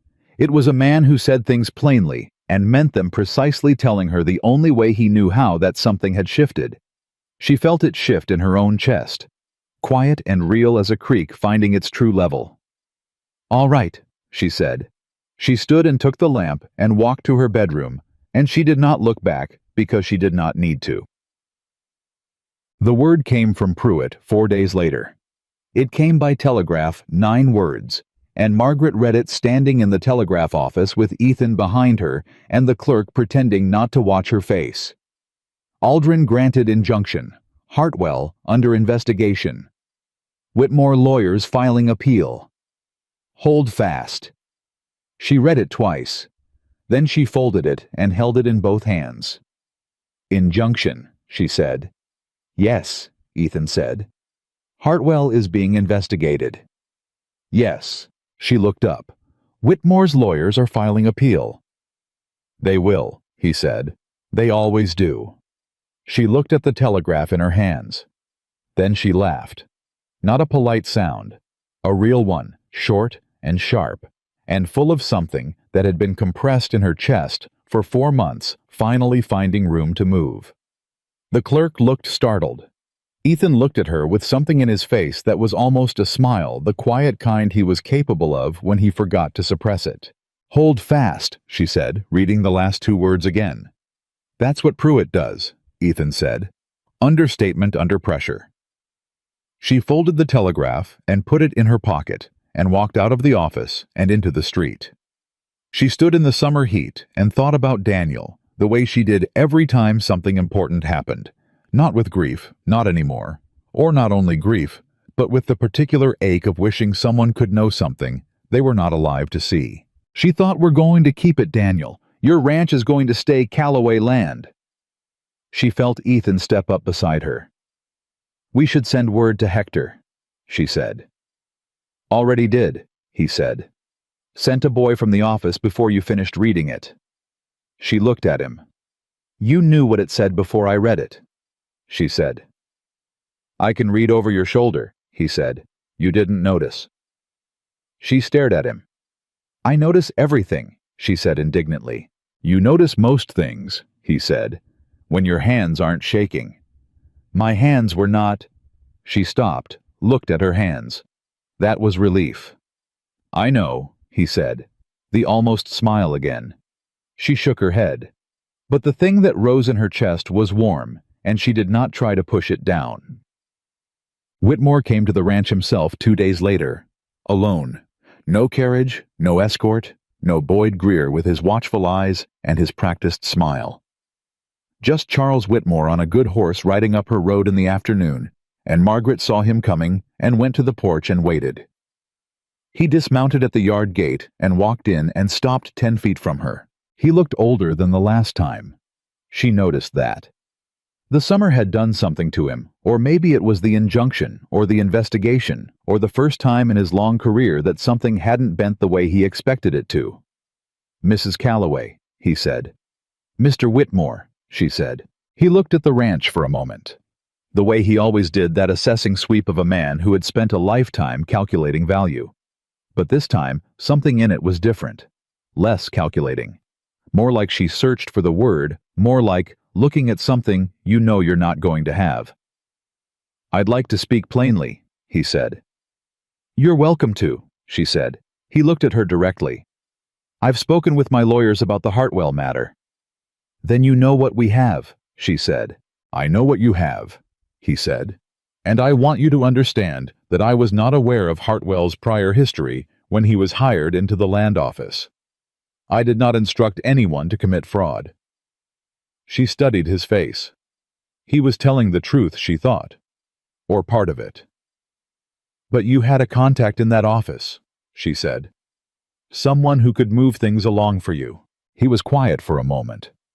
"I have relationships throughout this territory. I have cultivated them for 30 years. Most of them are entirely legitimate. And some of them are not," she said. He held her gaze. "I want to settle this," he said. She had not expected that. She kept her face still. "Settle how?" she asked. "I'll withdraw the reclassification claim," he said. "Formally, in writing.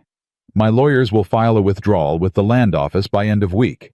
And your cattle off my pasture?" she said. "Done," he said. She looked at him. "What do you want in return?" He was quiet for a moment. "I want the Hartwell investigation dropped." She held that for a moment. "I don't control the territorial investigation," she said. "That's Hale's office. But you and your lawyer have influence over how much evidence is submitted," he said. "The original investigation records what Cole has in Denver. They're 6 years old. Hartwell lost his position. He's not in public service anymore." "He was in public service last week," she said, "signing fraudulent documents. He'll be dismissed. Permanently. I'll see to it personally." "You'll see to it," she said flatly. "The man who benefited from his conduct will personally ensure his dismissal." Whitmore's jaw tightened slightly. "I am trying to find a resolution here, Mrs. Calloway." "I can see that," she said. "What I'm wondering is what finally made you look for one." A pause. He looked at her for a long moment, and something in his face did a complicated thing, layers of pride and calculation, and underneath it, something much older. "Your husband was a good man," Whitmore said. "Daniel Calloway. I want you to know that I respected him, even when we disagreed about the land." She said nothing. "I thought—" He stopped. "I thought that after he was gone, this ranch would naturally come to me, not because of anything I did, just because that's how these things go. A woman alone in the high country. I thought it was inevitable." "And instead," she said, "and instead," he said, "you hired a former territorial land agent and rode 3 days to file a complaint and found a lawyer who actually knows water rights law and stood in the dark at your own fence line and did not back down." He looked at her with an expression she could not entirely name. It had something close to respect in it, which was almost harder to receive from this man than his contempt would have been. "I misjudged you." "Yes," she said. "You did." He nodded once. A short, precise motion. "The offer stands," he said.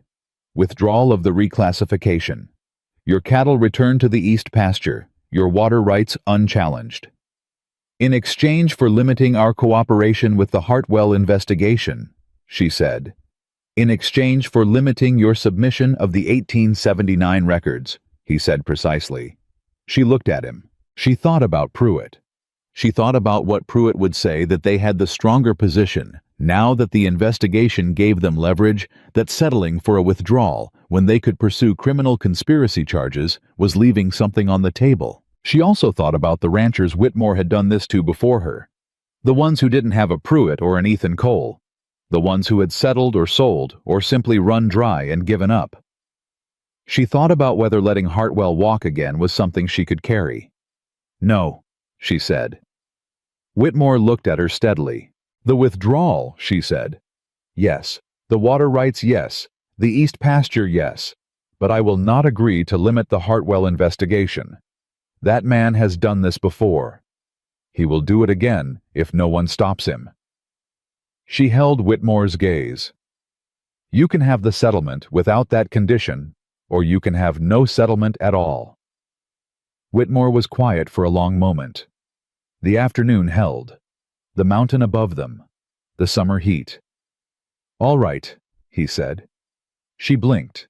"The investigation proceeds," he said. "The rest stands as offered." His voice was even.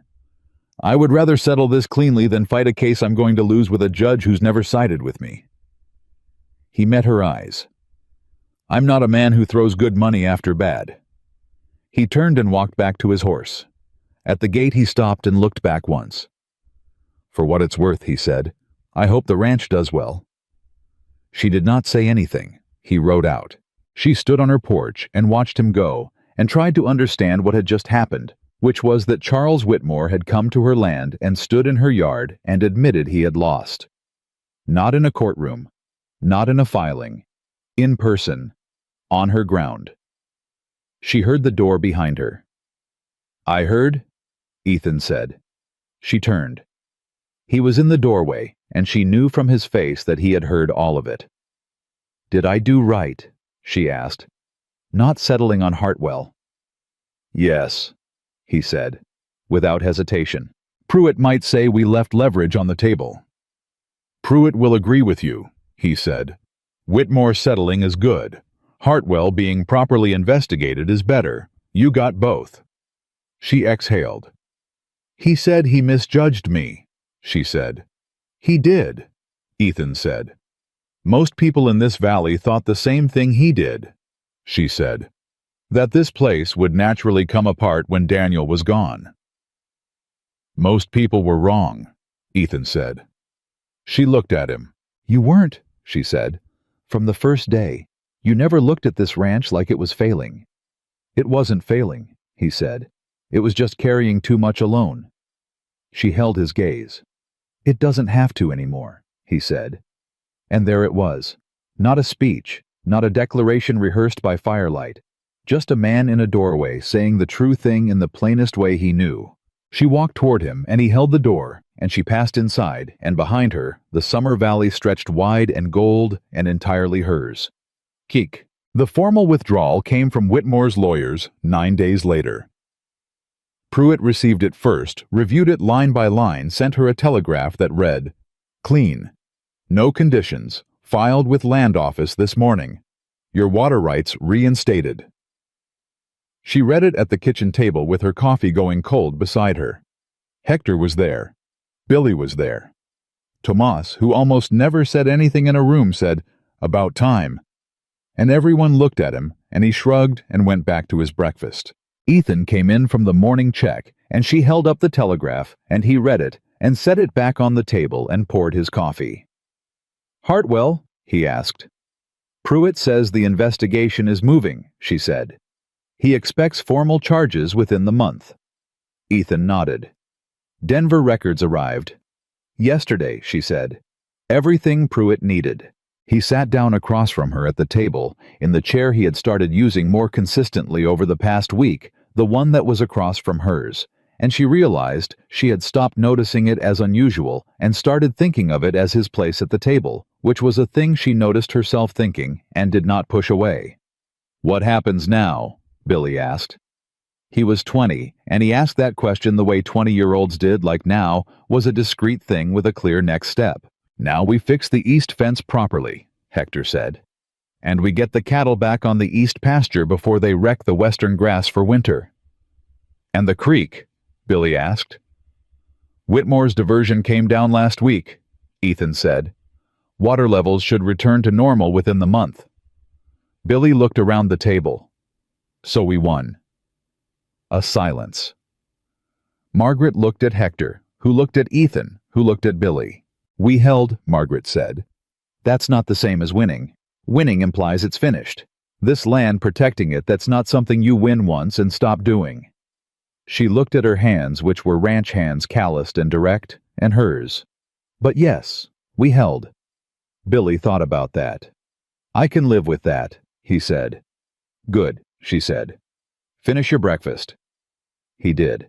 And at the table in the house, Daniel built with the creek rising to its true level outside, and the east pasture waiting, and the summer turning toward what would be the hardest autumn work of the season. Callaway Ranch breathed out for the first time in 4 months.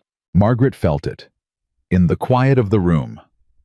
In the ordinary sounds of men eating breakfast, and the horses moving in the barn, and the wind off the mountain that had watched all of this from a great height, and was still blowing indifferent and permanent and entirely unchanged. She thought we're still here. She looked at Ethan across the table. He was looking at her already. She picked up her coffee and drank it, and thought that some things did not need saying to be absolutely true. The east pasture came back slowly, the way good things do.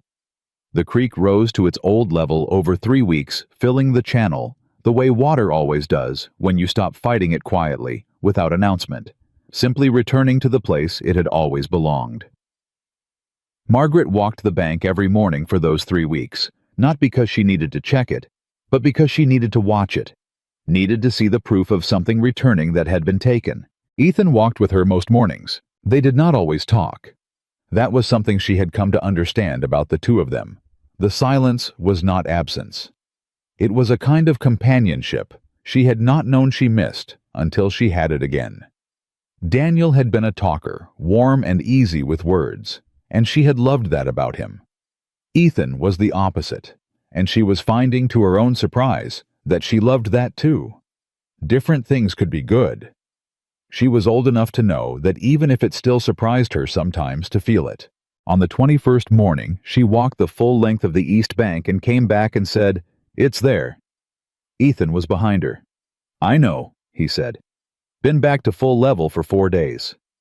She turned to look at him. "You knew, and you didn't say. You wanted to watch it come back yourself," he said. "I wasn't going to take that from you." She stared at him. He looked entirely unbothered by her staring.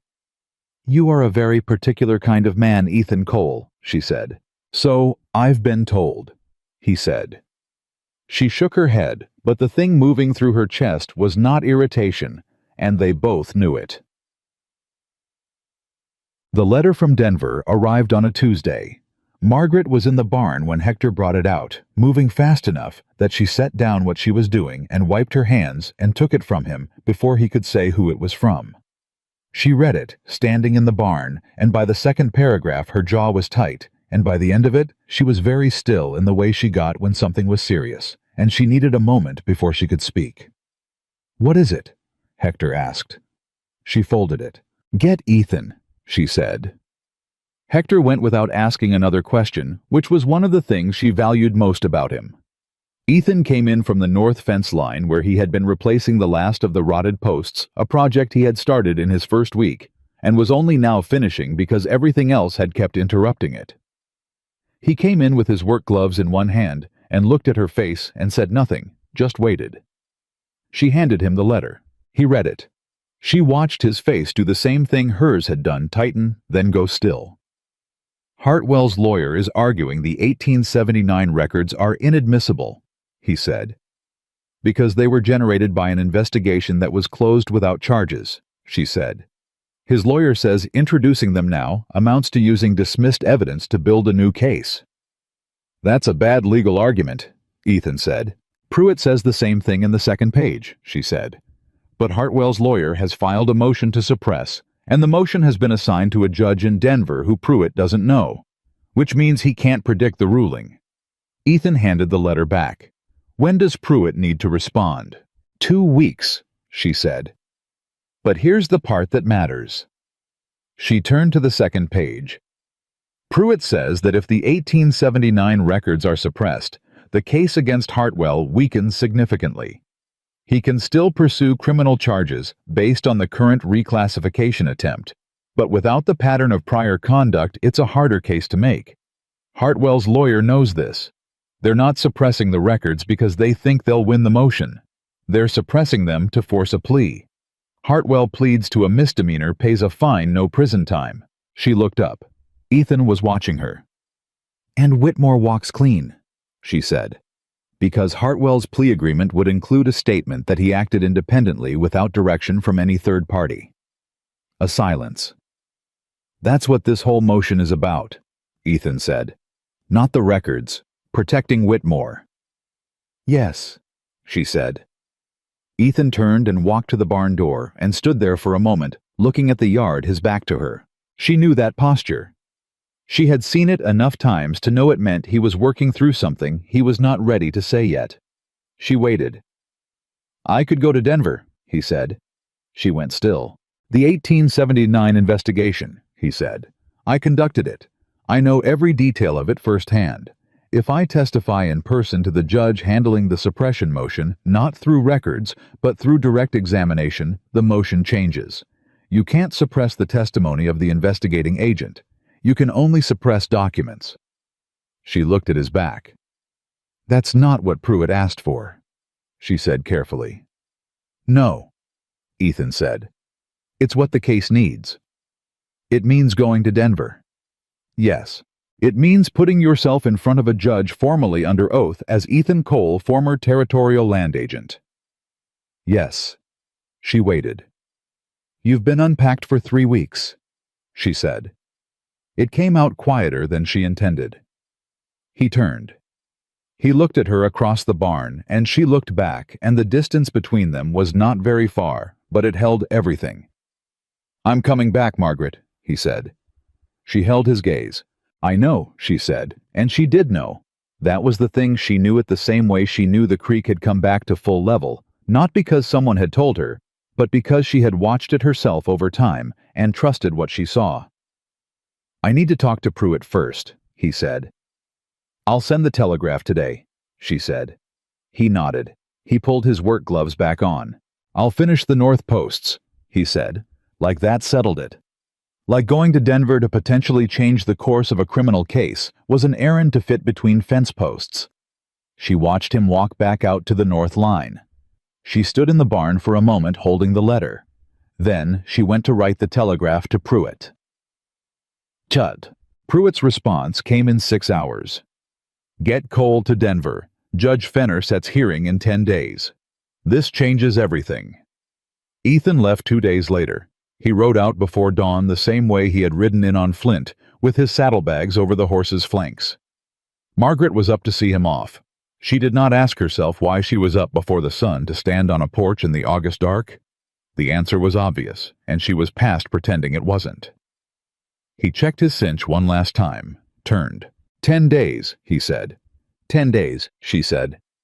He looked at her with those gray eyes that she could read now, not perfectly, not completely, but enough. Enough to know what was in them. I meant what I said, he told her. In the barn. I know you did, she said. He nodded once. Then he mounted and rode out. She stood on the porch and listened to the hoofbeats until she couldn't hear them anymore. Then she went inside and made coffee and started the day, because there was always work to do, and she had never once in her life let the work stop because she felt something. But she felt it, all day, like a hand pressed flat against her sternum from the inside. The 10 days were the longest since February. She worked. She always worked. The late summer push before fall roundup was relentless and physical and merciful.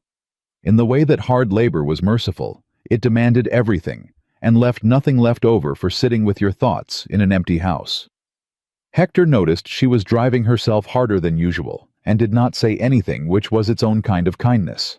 Billy, who had no such restraint, said on the 4th day, "You're working like the ranch is on fire, and I don't see any smoke." "There's always something that needs doing," she said. "Sure," Billy said. "But you fixed the same stretch of fence line 2 days in a row." She looked at the fence.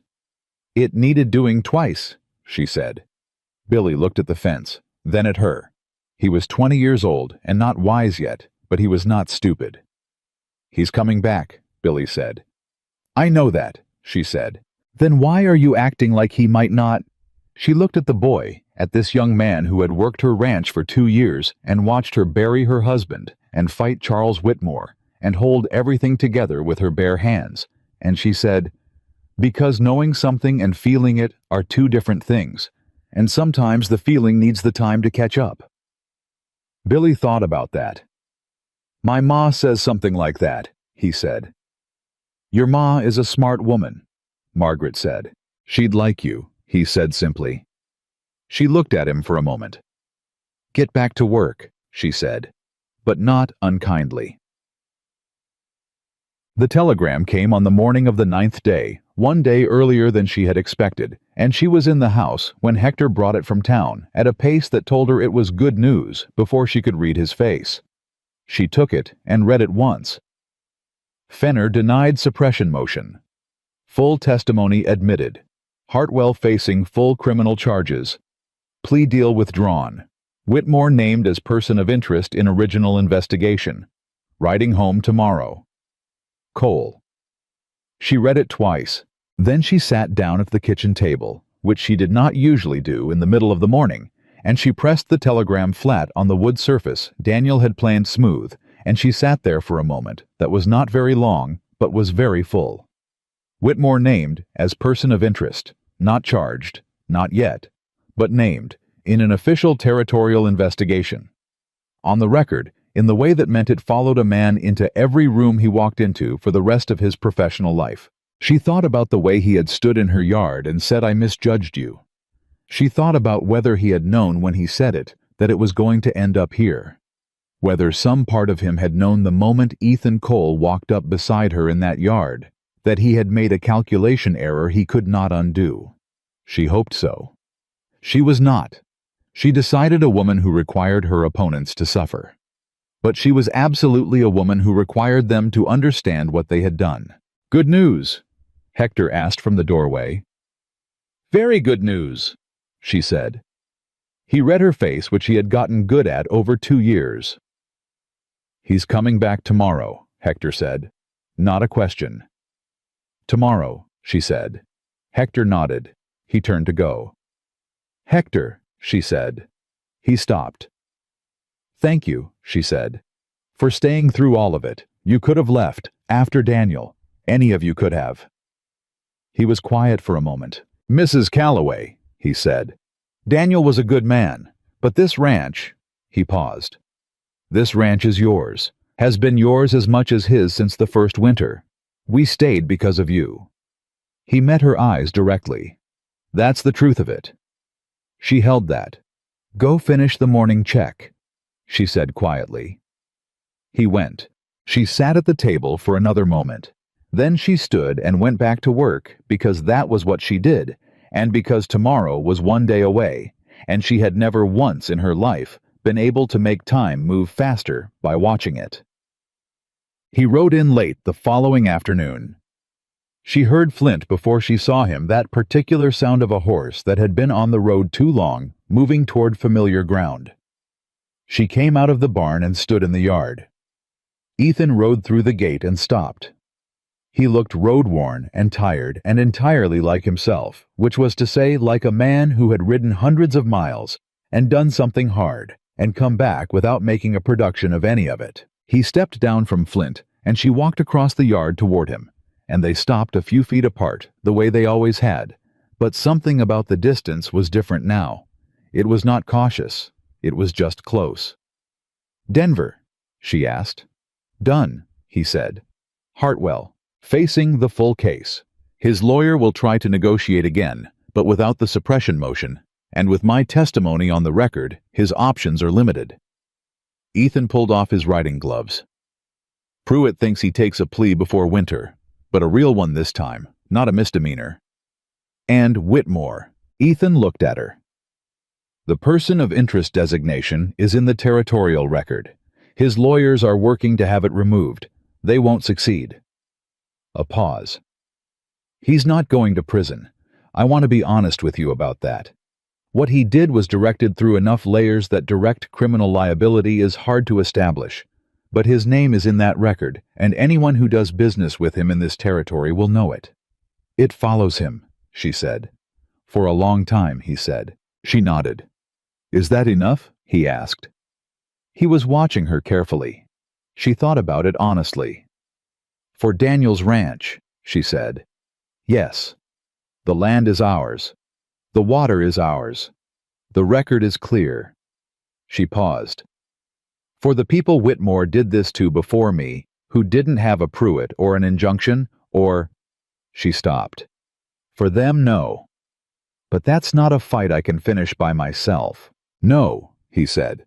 But Pruitt's talking about taking on 2 other cases. Smaller ranchers, same pattern of diversion and fraudulent documentation. Your case built the precedent. She looked at him. That was your doing, she said. Recognizing Hartwell's signature, going to Denver. It was your doing, he said. You're the one who refused to sell, twice. Every domino that fell started there. She held his gaze. The afternoon was cooling off the mountain the way it did in late August. The first suggestion of autumn in the air, and the yard was golden and quiet. You should put your horse up, she said. I should, he agreed. But he didn't move yet. Ethan, she said. Yes. She looked at him, this man who had ridden in from the north with a packed saddlebag and every intention of keeping moving, and who was standing in her yard like he had grown there. The saddlebag, she said. He looked at her steadily. Still unpacked? She asked. Still unpacked, he said. She breathed. I want to say something, she said. And I need you to let me say it without interrupting.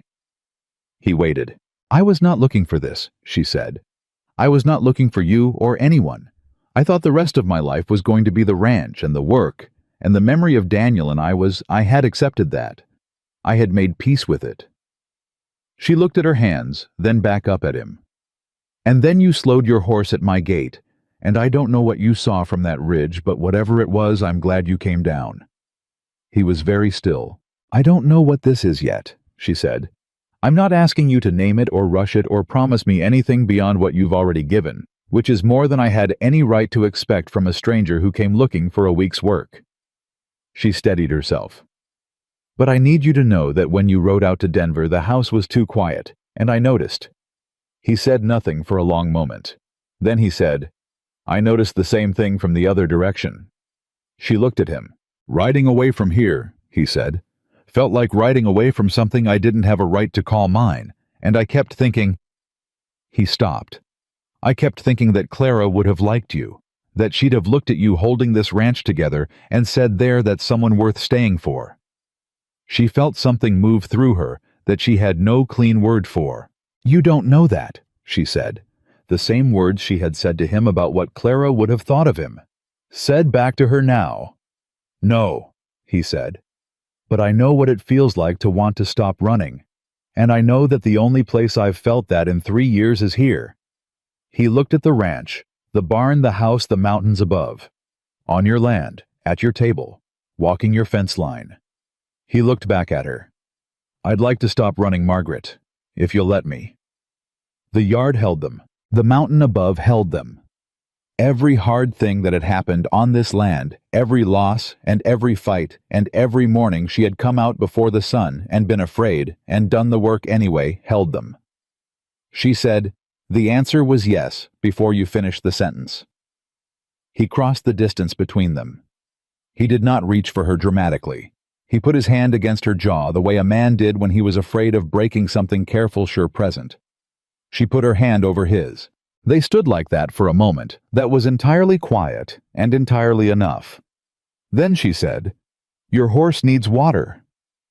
I know, he said. And supper's going to burn if nobody checks the stove. I know that too, he said. Neither of them moved for another few seconds. Then she stepped back, and he let his hand fall, and they walked together toward the barn, not touching, not needing to close in, the way that did not require contact to be real. Supper that night was the whole crew at the table. Hector had somehow produced biscuits, which was a skill he claimed not to have and clearly did. Billy ate 3 of them and talked too much about nothing in particular, which was his way of being happy. Tomas said 4 complete sentences, which was a record. Margaret sat at the head of the table she had sat at for 12 years, and Ethan sat across from her in his place. His place that was just his now, without anyone having made a formal decision about it, and she looked around at the faces of the people who had stayed when they could have gone and fought, when they could have walked away. She thought about what it meant to hold something. She had thought for most of her life that holding something meant gripping it tight, defending it, standing between it and everything that wanted to take it. And that was part of it. That was real. But she was learning there was another kind of holding. The kind you did by building, by staying, by letting people in through the gate, and trusting that trust was not weakness, that needing people was not the same as depending on them to be what you couldn't be yourself. Daniel had taught her one version of this, strong and steady and present, a man who held things by being a fixed point. Ethan was teaching her something different, that a man could come back from being lost, that grief was not a life sentence, that the bravest thing a person could do sometimes was not to fight, but to stay. After supper, when Hector and Billy and Tomas had gone to the bunkhouse and the kitchen was quiet, she stood at the sink and Ethan brought his plate over and set it beside hers. He did not leave. He stayed and dried the dishes she washed the way someone did when they lived somewhere, when they were not company, when they belonged. Abraham Pruitt sent a final letter with me, Ethan said. I saw it in your coat pocket, she said. You planning to give it to me? I was getting to it, he said. You've been back 4 hours. It took a while to say everything I needed to say first, he said. She handed him the next dish and he dried it, and she turned to look at him. Give me the letter, she said. He dried his hands and retrieved it from his coat and handed it over. She opened it, read it. Pruitt had taken on 3 new cases, 2 Colorado ranchers and 1 widow in Wyoming, all with documented evidence of Whitmore-adjacent water manipulation. He had filed them all under the precedent established by Callaway versus the Territorial Land Office. Her name was in those filings attached to the precedent that would protect other people's land. Her hands held the letter, and she thought about that. About her name in a legal record, not as a victim or a plaintiff, but as a precedent. As a thing that had been done and proven and now protected people she had never met. He named the precedent after the ranch, Ethan said. He had read over her shoulder. He did that now without apology, and she no longer mentioned it. The Callaway Water Rights Precedent.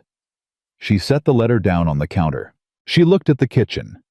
At the stove and the table and the worn floor and the window she had stood at 1,000 mornings, watching the east pasture and the creek and the mountain. Daniel would have, she started. Her voice caught. Just once, quickly. Ethan did not pretend he hadn't heard it. Yes, he said quietly. He would have. She pressed her hand flat on the counter. Breathed. I'm all right, she said.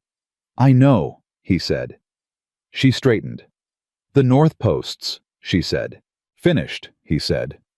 The East Creek Bank, full level 3 days stable, he said. I checked this morning.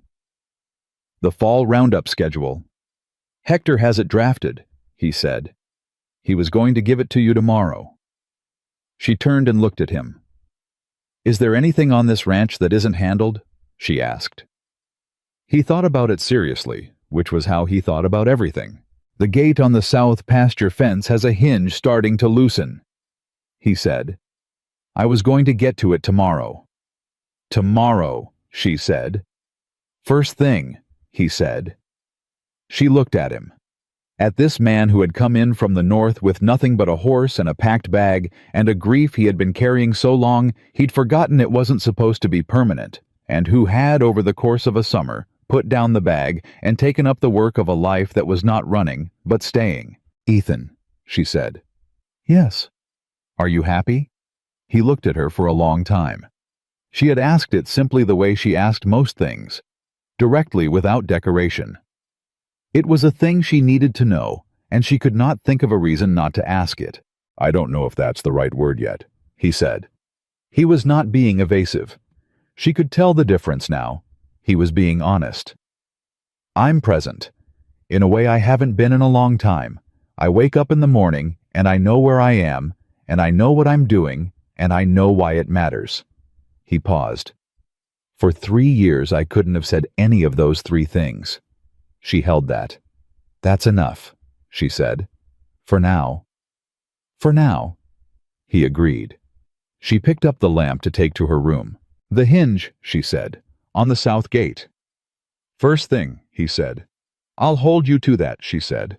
I know you will, he said. She walked toward the hallway. She stopped at the edge of the lamplight and turned back once. He was standing in the kitchen that had been Daniel's kitchen and was now hers and was becoming slowly and without ceremony theirs, and he was looking at her the way she had seen him look at the east pasture when the water came back, like something returned to its right place. Good night, Ethan, she said. Good night, Margaret, he said. She took the lamp and went, and Callaway Ranch settled into the night around them both, the creek running full and clear, the cattle in the east pasture where they belonged. The north fence line standing solid, and repaired the south gate, waiting for a hinge that would be fixed first thing in the morning by a man who had finally, after 3 years of riding away from everything, understood that the bravest direction was not away. It was here, it was this, it was staying. And in the valley below the Colorado mountains, under a sky so full of stars, it looked like something that had to be earned. Callaway Ranch held everything it was supposed to hold, and it was enough, and it was real, and it was not going anywhere.